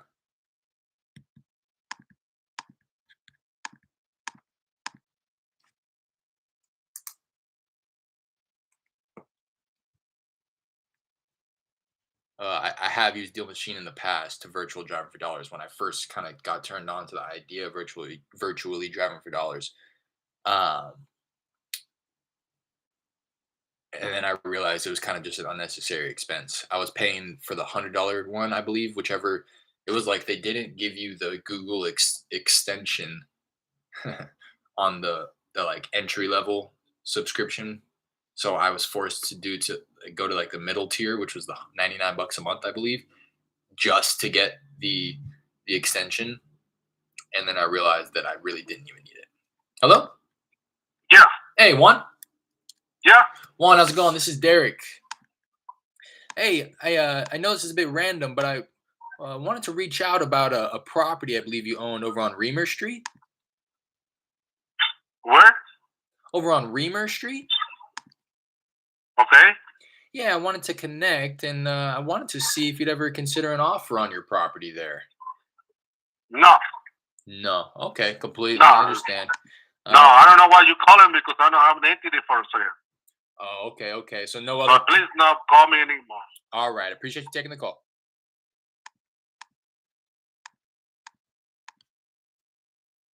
So this campaign, this list right here, is gonna seem like it's been beat up a little bit more.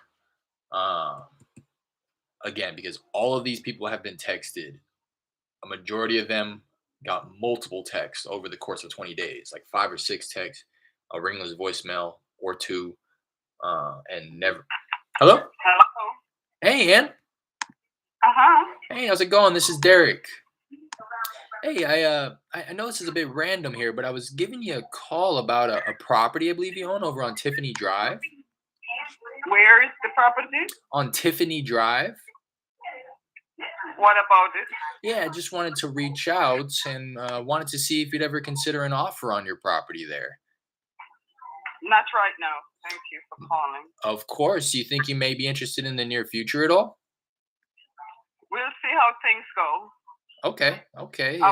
I'd love to Thank you. reconnect when the time is right for you. When do you think would be an appropriate time to round back? 3 months, 6 months? No, not at all. Okay. Well, I appreciate you taking the Thank you call. for calling. Goodbye now. There you go. I got you, Jared. Had to slip that in there. Again, yeah. So these people have already been kind of run through a texting campaign, and never responded. So the likelihood of them, responding favorably through cold calling is probably a little lower than if I were to just be cold calling them for the first time, the first form of marketing.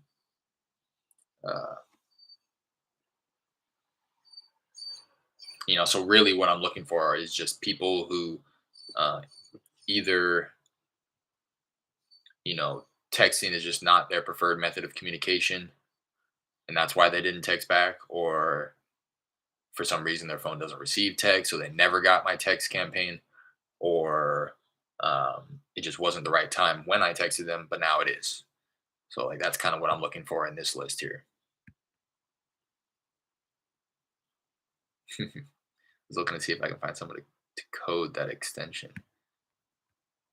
Yeah, I feel that, Christian. It's kind of, yeah, exactly. It seemed fairly simple, and it just didn't seem worth $99 a month to me, especially when I can do it for free on Google Maps. The only thing, and especially what really tipped me over the edge about not doing it, was because with the Chrome extension, you couldn't trace your route as you could when you were doing it physically in your car. Which is why I do this. Bueno. Hey, Mr. De La Rosa. Sí, ¿quién habla? This is Derek. Hey, I know this is a bit random, but I was giving you a call about a property I believe you own on Cherokee Drive. I don't sell. No, okay. Completely understand. While I have you, would you happen to have any other property you might consider selling? I got 3 properties that I'm not interested in sales, Okay. All right. Well, I appreciate you taking the call. Okay.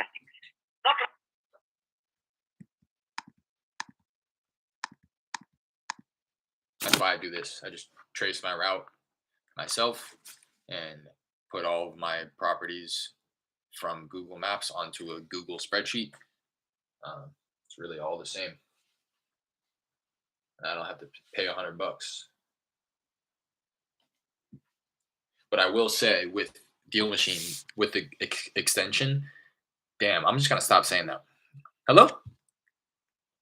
Yes. Hey, Peter. Um,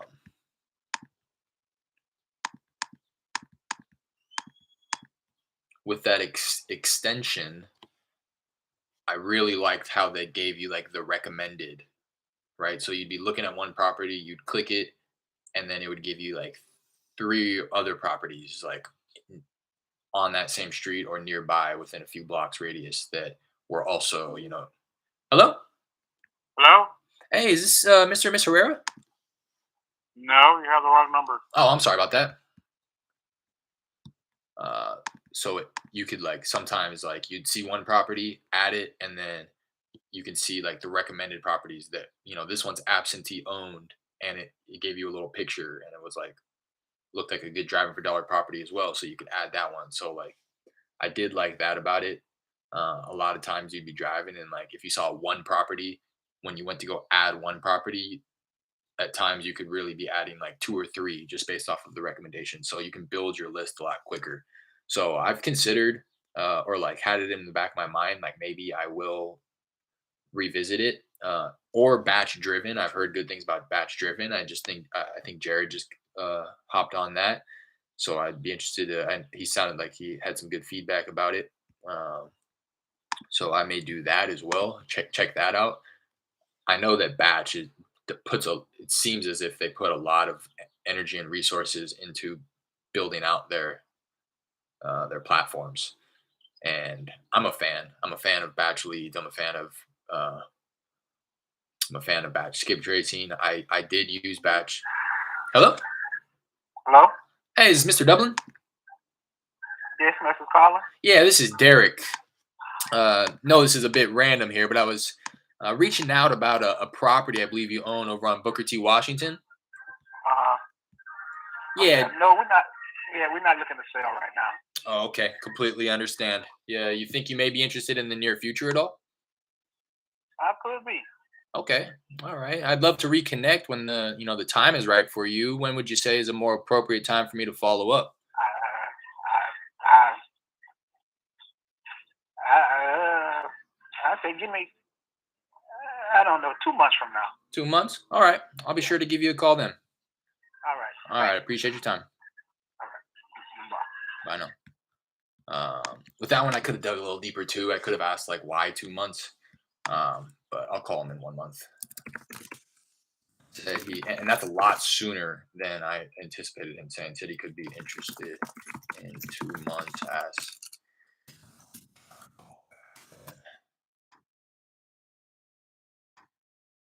follow up calendar event, follow up to gauge interest, pre-qualify, call back. I'm gonna call him in 1 month.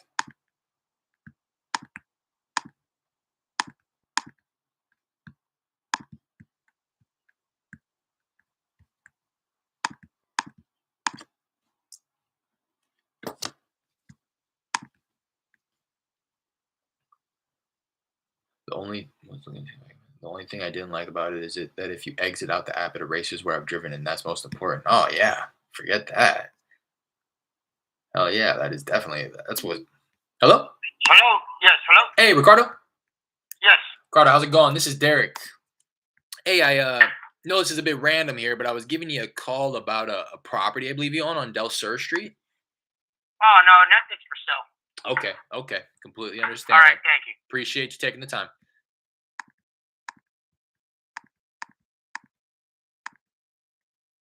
Now that one was a good call. That's elite. Yeah, for sure. The timeline's there. That's why I say I could have dug a little deeper on that, but I also don't want to like overstep my bounds. Like he told me to call him, and I asked, "Hello." Yeah. Hey, Mark.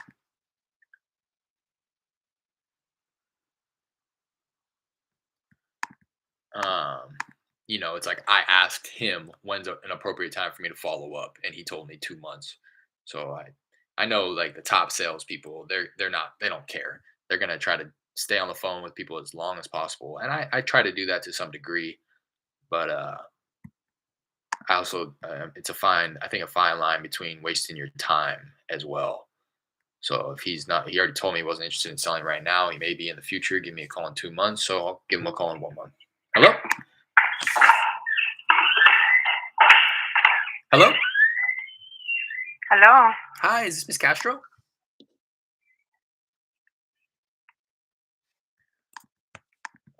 I'm just marking these people as wrong number who hang up after I ask for the person. There's only one number attached to these because, again, it's the one mobile number that I tried texting.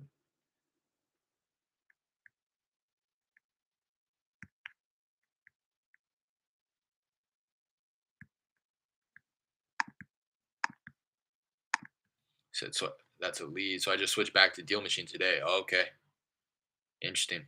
Mic messing up. My bad, Christian. That tends to happen. My computer just cannot handle everything that I have going on. The dialer, the batch leads, the Redfin, the YouTube, the texting platform. I have all that going on right now. So I do apologize. It tends to happen, but it tends to correct itself by itself.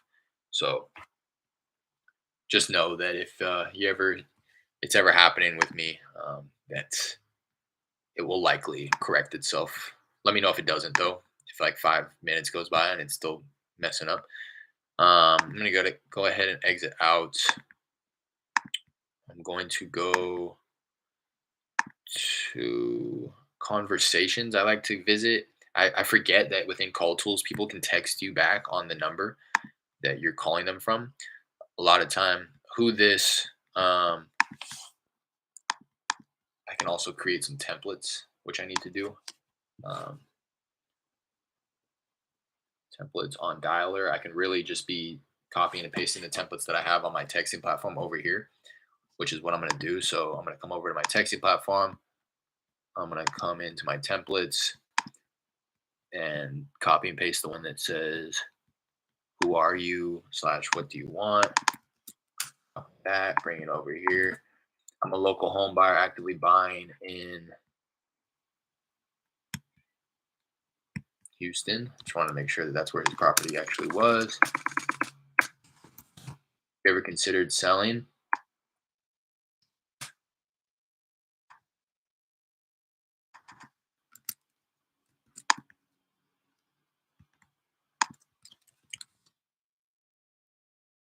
And that this is the first time no SMS enabled caller IDs found that are under the daily max messages limit. Yeah, so I've never actually tried to do that before. And it doesn't appear that my phone numbers have that capability. So that's nobody who I really need to like reach out to right away. I just like to come back in here and see the messages that are being sent. Sorry, I can't talk right now. That's a very common one. It's very clearly an auto reply to the missed call. Telemarketer ? Telemarketer ? And then please text me. That's another one. That's just an auto response.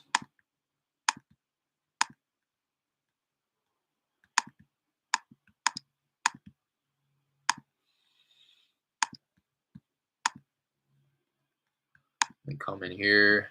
So yeah, so I ended up bringing the abandon rate down to 25% on that first campaign, and then it was sitting right about 30% on that new list that I hopped into.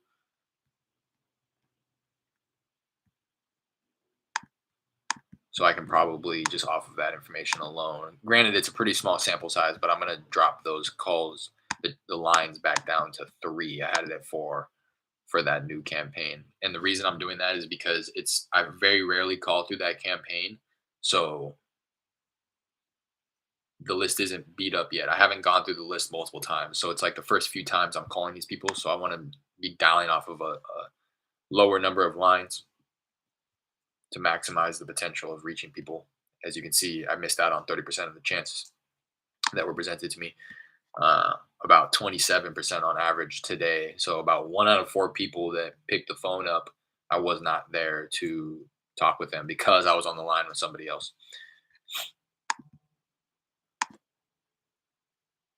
All right, here we go. Now I'm getting some text back from So today, 23 contacts made.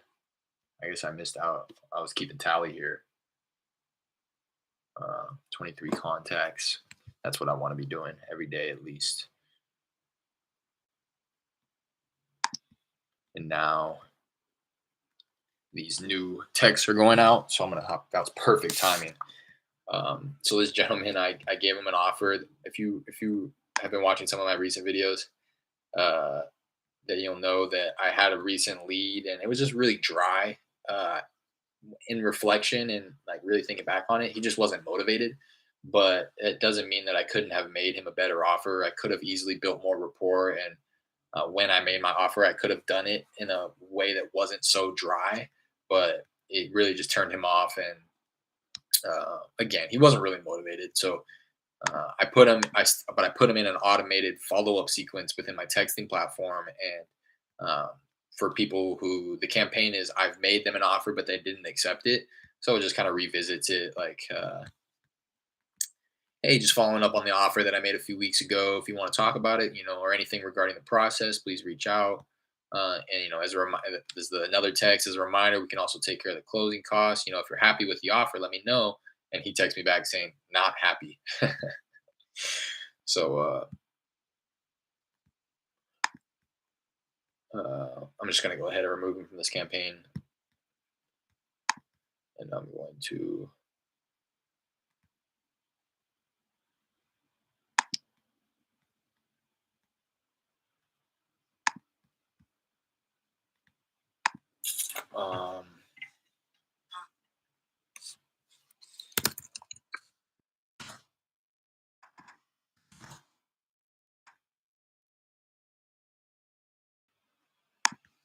all right.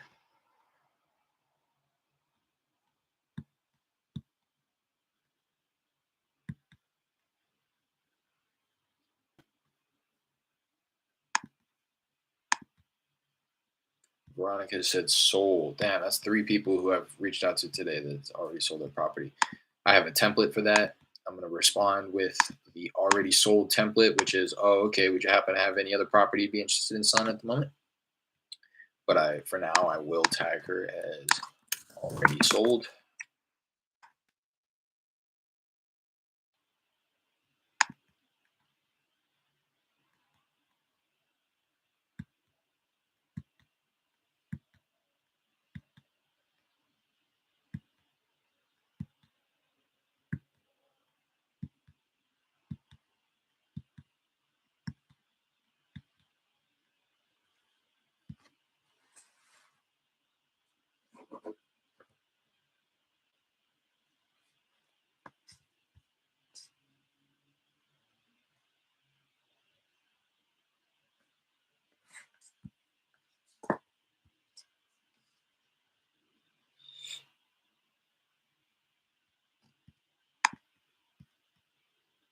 Time to upgrade that PC for real, Jordan. That's one of the first things that I definitely want to reinvest in is build my own PC. What CRM do you use? I don't really, to be honest, Christian. I anybody who I generate, any lead that I generate through my texting platform, that's where I'm taking notes on that property, and that's where I'm setting myself a follow up, uh, task for myself. And then same thing goes for my dialer. If I'm generating a lead on my dialer, that's where I'm setting myself the follow up task, and that's where I'm keeping all the notes for that person. So I'm kind of operating off of 2 CRMs, if you will. I'm just not operating off of a central CRM that talks to both platforms, like a Podio would or something. Just really not trying to overcomplicate it, trying to keep it as simple as possible. At one point, I know that, it's like I don't want to trick myself into thinking that I have so many leads coming in that I need this huge, robust CRM. It's like as long as nothing's slipping through the cracks. Until that happens, obviously I want to try to get it, stay on top of it and be ahead of the game in that regard. But until I start like allowing people to slip through the cracks because of my lack of organization and customer relations management, uh, then I'll, really start to look into building out a centralized CRM on something like Podio. But until then, I I just don't want to overcomplicate it for myself. Did they ever disclose how much they were looking for? Who are you referring to?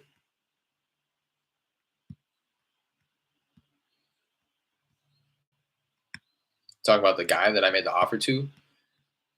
Super dry offer. Did you guys see that? I swear it's been here forever. Maybe it's his plant.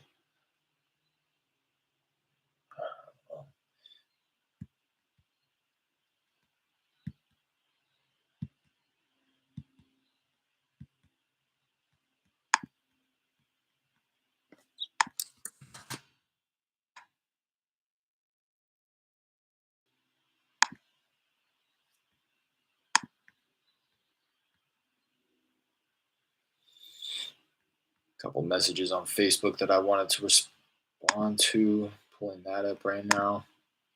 Yeah, that guy. No, he didn't. He never gave me his price, which led me. That's what really had me convinced that he was not motivated. I made him an offer. He didn't want to give me a number, so I made him an offer, and it was unattractive to him.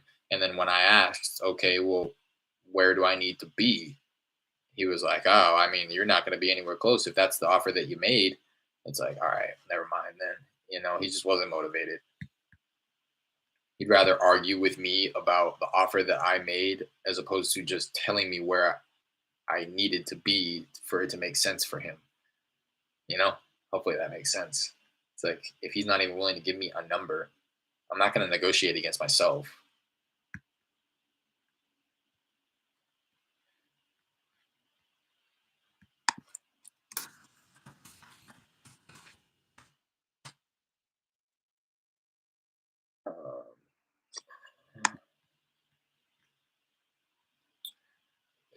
I did look it over Sunday. It looks fine. I was just wondering if you'd have an update on the accessibility of the property. I know it's only been a couple of days, but just checking. Thanks anyway. Thanks always.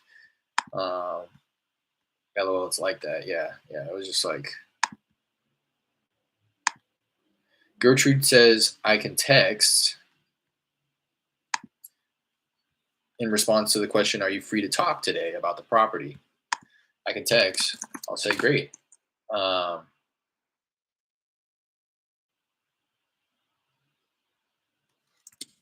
If you were looking to sell that,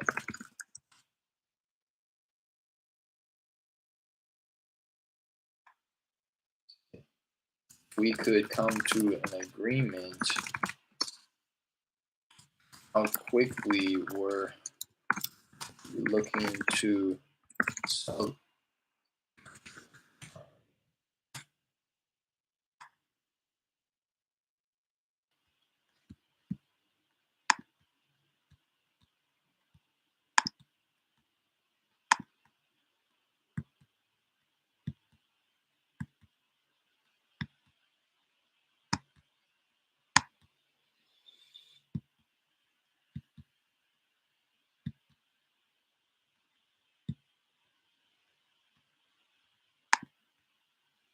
You ever watch RJ Bates on YouTube? Yeah, for sure. The way he talks to sellers is just funny.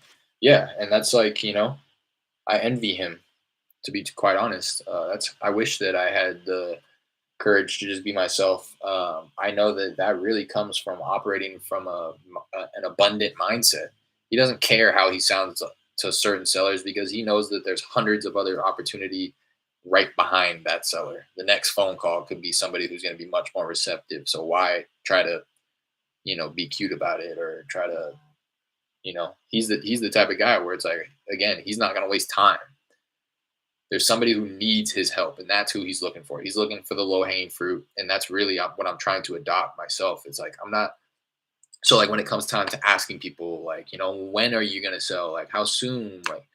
Like, it's important in some cases, but that's why I kind of pick my pitch because you can tell if somebody's not wanting to talk to you, if they're trying to shoo you off the phone, if they're a little upset on the phone, you can pick up on that. Or at least I can. I'm very confident in my ability to pick up on those type of underlying tones and messages. So I just don't. Yeah, I try not to waste my time. That's like I got that from my last job. Time management was the most important thing. You just had too much work. You could not get everything done in one day. So you really had to pick your pitch. You had to say, okay, I'm going to do this today and I'm going to do this today. And if I can get to this, it used to be the same type of thing. You used to set yourself follow-up tasks. In the follow-up tasks, I would have like 30 tasks every day. And in the morning, I would go through and I would color code it. If I colored it green, it was going to take 5 minutes or less. And those are the first things that I wanted to do with my day. Just blow through like 10 tasks. If I did it yellow, it's like stuff that it's probably going to take me longer than 5 minutes, and it's not necessarily urgent to get done today. And then if it was red, I needed to get it done today. So if it seemed like my green tasks were taking a little too long, I would move my green tasks till tomorrow, and then I would start on my red tasks. Um, if Yeah, pretty much it. And that's what I would do. And I kind of am taking that into this business. Same type of concept. Just time management is very important, and to know who you want to be spending your time on the phones with, I think is pretty crucial.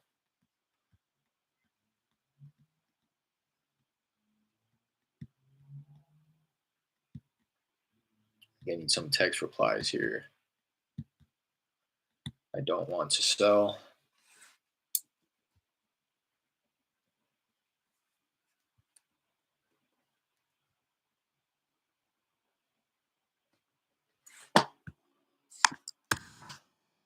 Interested. Oops.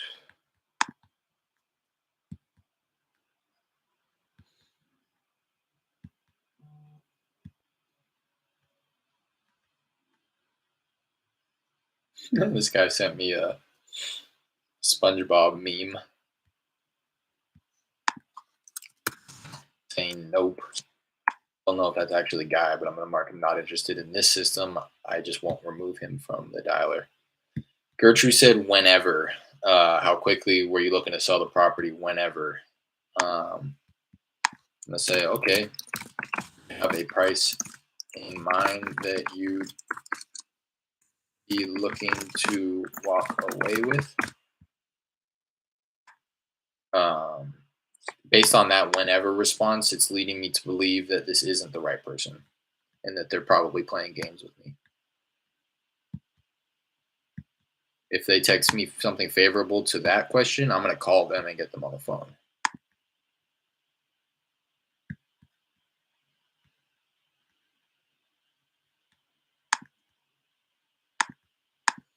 Wow, those texts are continuing to go out. I'm going to remove these people who had told me no on my texting platform, and I'm going to go ahead and remove them from my dialer. Mark them not interested, not ready.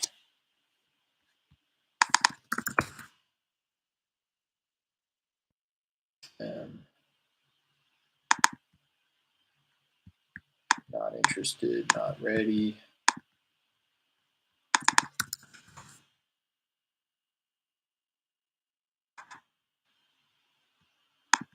Not interested, not ready.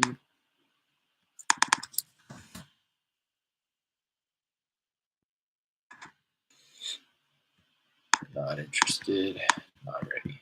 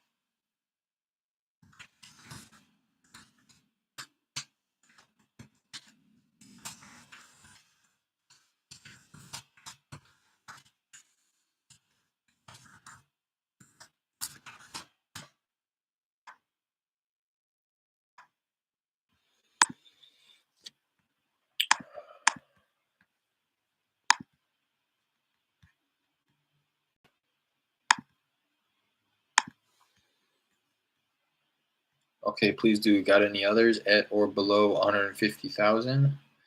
We'll be driving quite a few on Wednesday, Thursday, and Friday. Please send me any that I can drive by or have access to. Michelle. Say yes. I have one other. Best email for you. I can send over both of these properties for you to check out. Both are occupied at the moment. This one that you are messaging me about, or I'll say, the tenant is supposed to be out within the next 1 to 2 weeks. On the one that you are messaging me about, the other is owner occupied,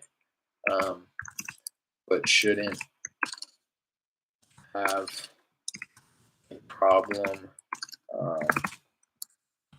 getting you inside if you are interested enough after you drive by. Have a problem getting you inside. So let me know if. So let me know once. Other occupied at the moment. Tenant is supposed to be out within the next 1 to 2 weeks on the one that you were messaging me about. The other that I will email you is owner occupied, but shouldn't have a problem getting you inside. So let me know if you are able to drive by and have interest in setting up a time to walk in. Interior. Eric, do you speak Spanish? I don't. My partner does.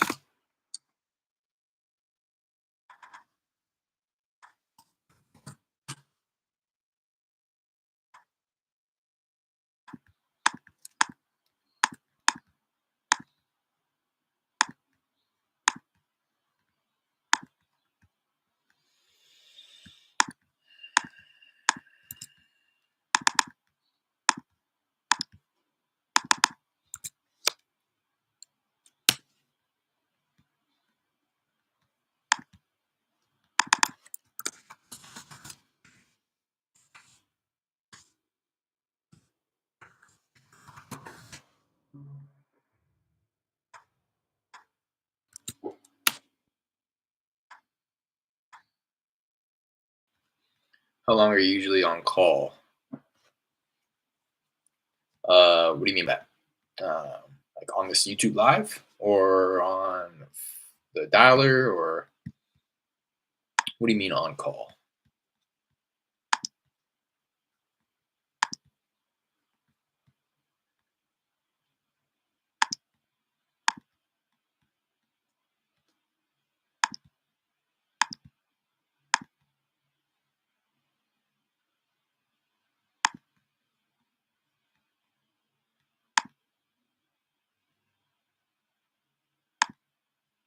This woman reached out to. I wanted to connect. Hi, Derek. Great to connect with you. You came up in a search of real estate investors agents on Facebook. We have off-market deals in Houston. These properties are exclusively ours, and we don't operate as a daisy chain. Hopefully, this is something you or one of your clients are looking for. Do you want me to place you on our buyers list so you do not miss any deals? I just need your email and phone number. If you are not interested, then sorry for messaging you, and thanks for the connect.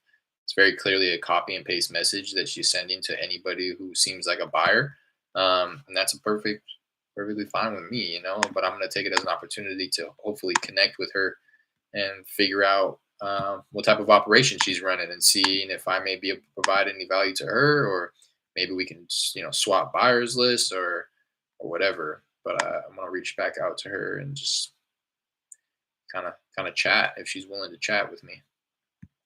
But she's very clearly looking to add to her buyers list, and I'm down to get on her list, but she, you know, it's not going to be anything that I'm going to buy myself. You have a memory.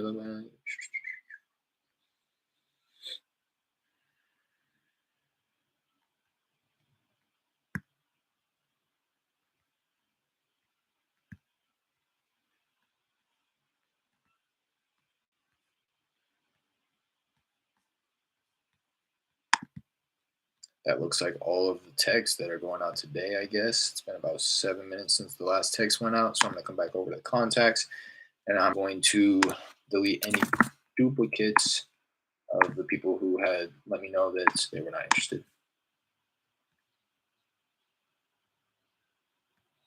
So there's 2 duplicates right here that I'll delete.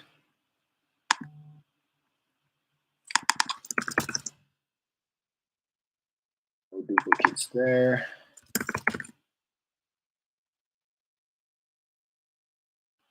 There's a duplicate.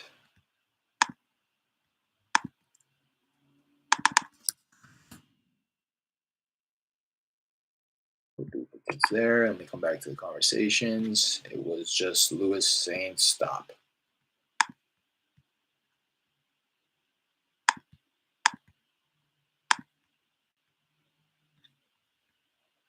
So I'm going to call it right there.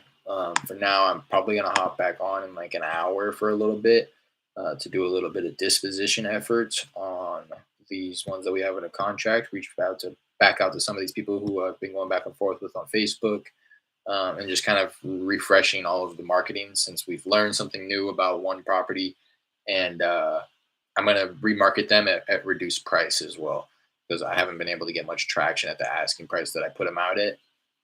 The asking price that I put them out at it would have been a home run deal if somebody would have bid at that price. So there's definitely room to lower the asking price in hopes of garnishing a little bit more, attention and traction on the deals. So that's what I plan to do. Appreciate you guys for hopping on here. Do me a favor, hit that like, subscribe button if you haven't already before you leave. Appreciate everybody hopping on. It was good participation today, especially from you, Christian. I appreciate you hopping in here and kind of shooting the shit with me and going back and forth. Same with you, Jay Will, JFC, Jared, as always, and Jordan Outlaw, letting me know that I need to upgrade my PC. And I fully agree. I fully agree. So, again, I appreciate you guys. Love you guys. I'll see you hopefully in a little bit. If not in a little bit, then tomorrow. So, till the next one. Peace.